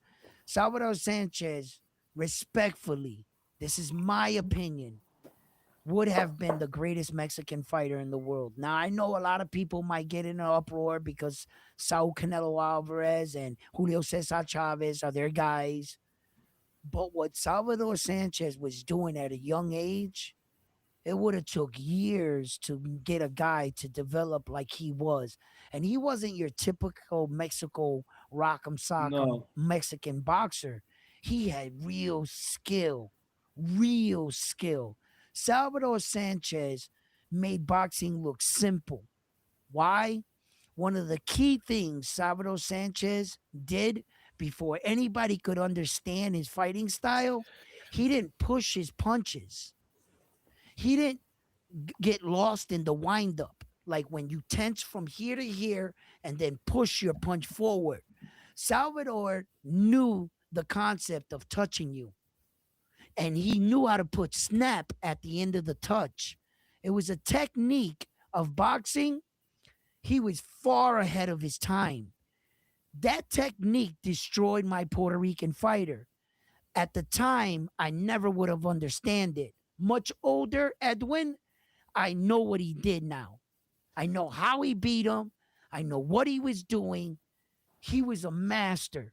Hey, What Ethan, you just fucked Edwin's head up with that one. listen, that I uh Okay, Edwin. So who you got on that fight? If uh, it was to happen, who would you have? I don't know. I got to get it out of you. I got to. I don't know. I got to get it out of you. You got to say it. You have to I got say to it. do more film study. I You got to got do to some say more. it. No, you're not putting me on the spot. I need Nah, you got to 24 say hours to it. think this one over. Okay? You know I ain't That gonna that forget. that right there. Y a diablo. I Look, don't and know. then Pug says Sandor or Finito Lopez. No, I got Sander. You know, Oh, is Salvador Sanchez I Finito got Salvador Lopez, isn't that Sanchez. the one that was at minimum weight 50 and 0, 105? Isn't that the guy, Finito Lopez? Yeah, low key got 65-35 Sanchez I got Sanchez still. I'm sticking it over. No, I still got Sanchez in that fight. He beats him. over Inoue. No, over No, we're talking about Inoue. No, We're you talking said about Filippo Lopez, bro. negate. No, no, no, no, no, no, no. What I said was I was reading what who said it. Pug said he said Salvador or Finito Lopez. Finito's just a small guy, but Japan adores him.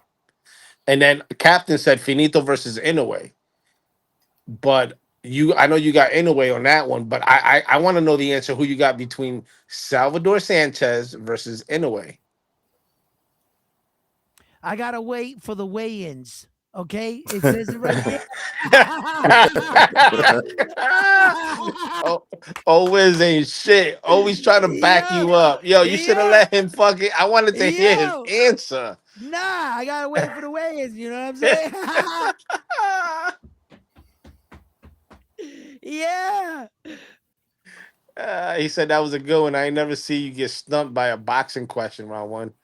Yo, no, but because I be fair as I can. You know what I'm saying? And you know, what my eye test tells me, both guys were really remarkable. I think Salvador Sanchez is obviously the bigger guy.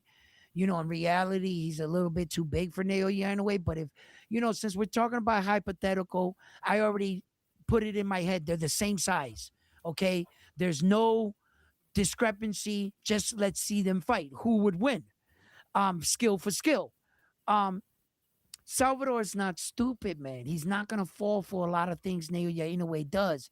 His pressure, he's gonna meet Naoya Inoue. Now I've seen guys box Naoya Inoue. Maloney. Maloney in New York, he tried to box Naoya Inoue. It didn't work out too good for him, but he actually lasted like 7 rounds when Naoya Inoue actually boxing him. Stephen Kubo Fulton tried to box him. That didn't work out too good neither. But neither Stephen Kubo Fulton or Maloney is no Salvador Sanchez.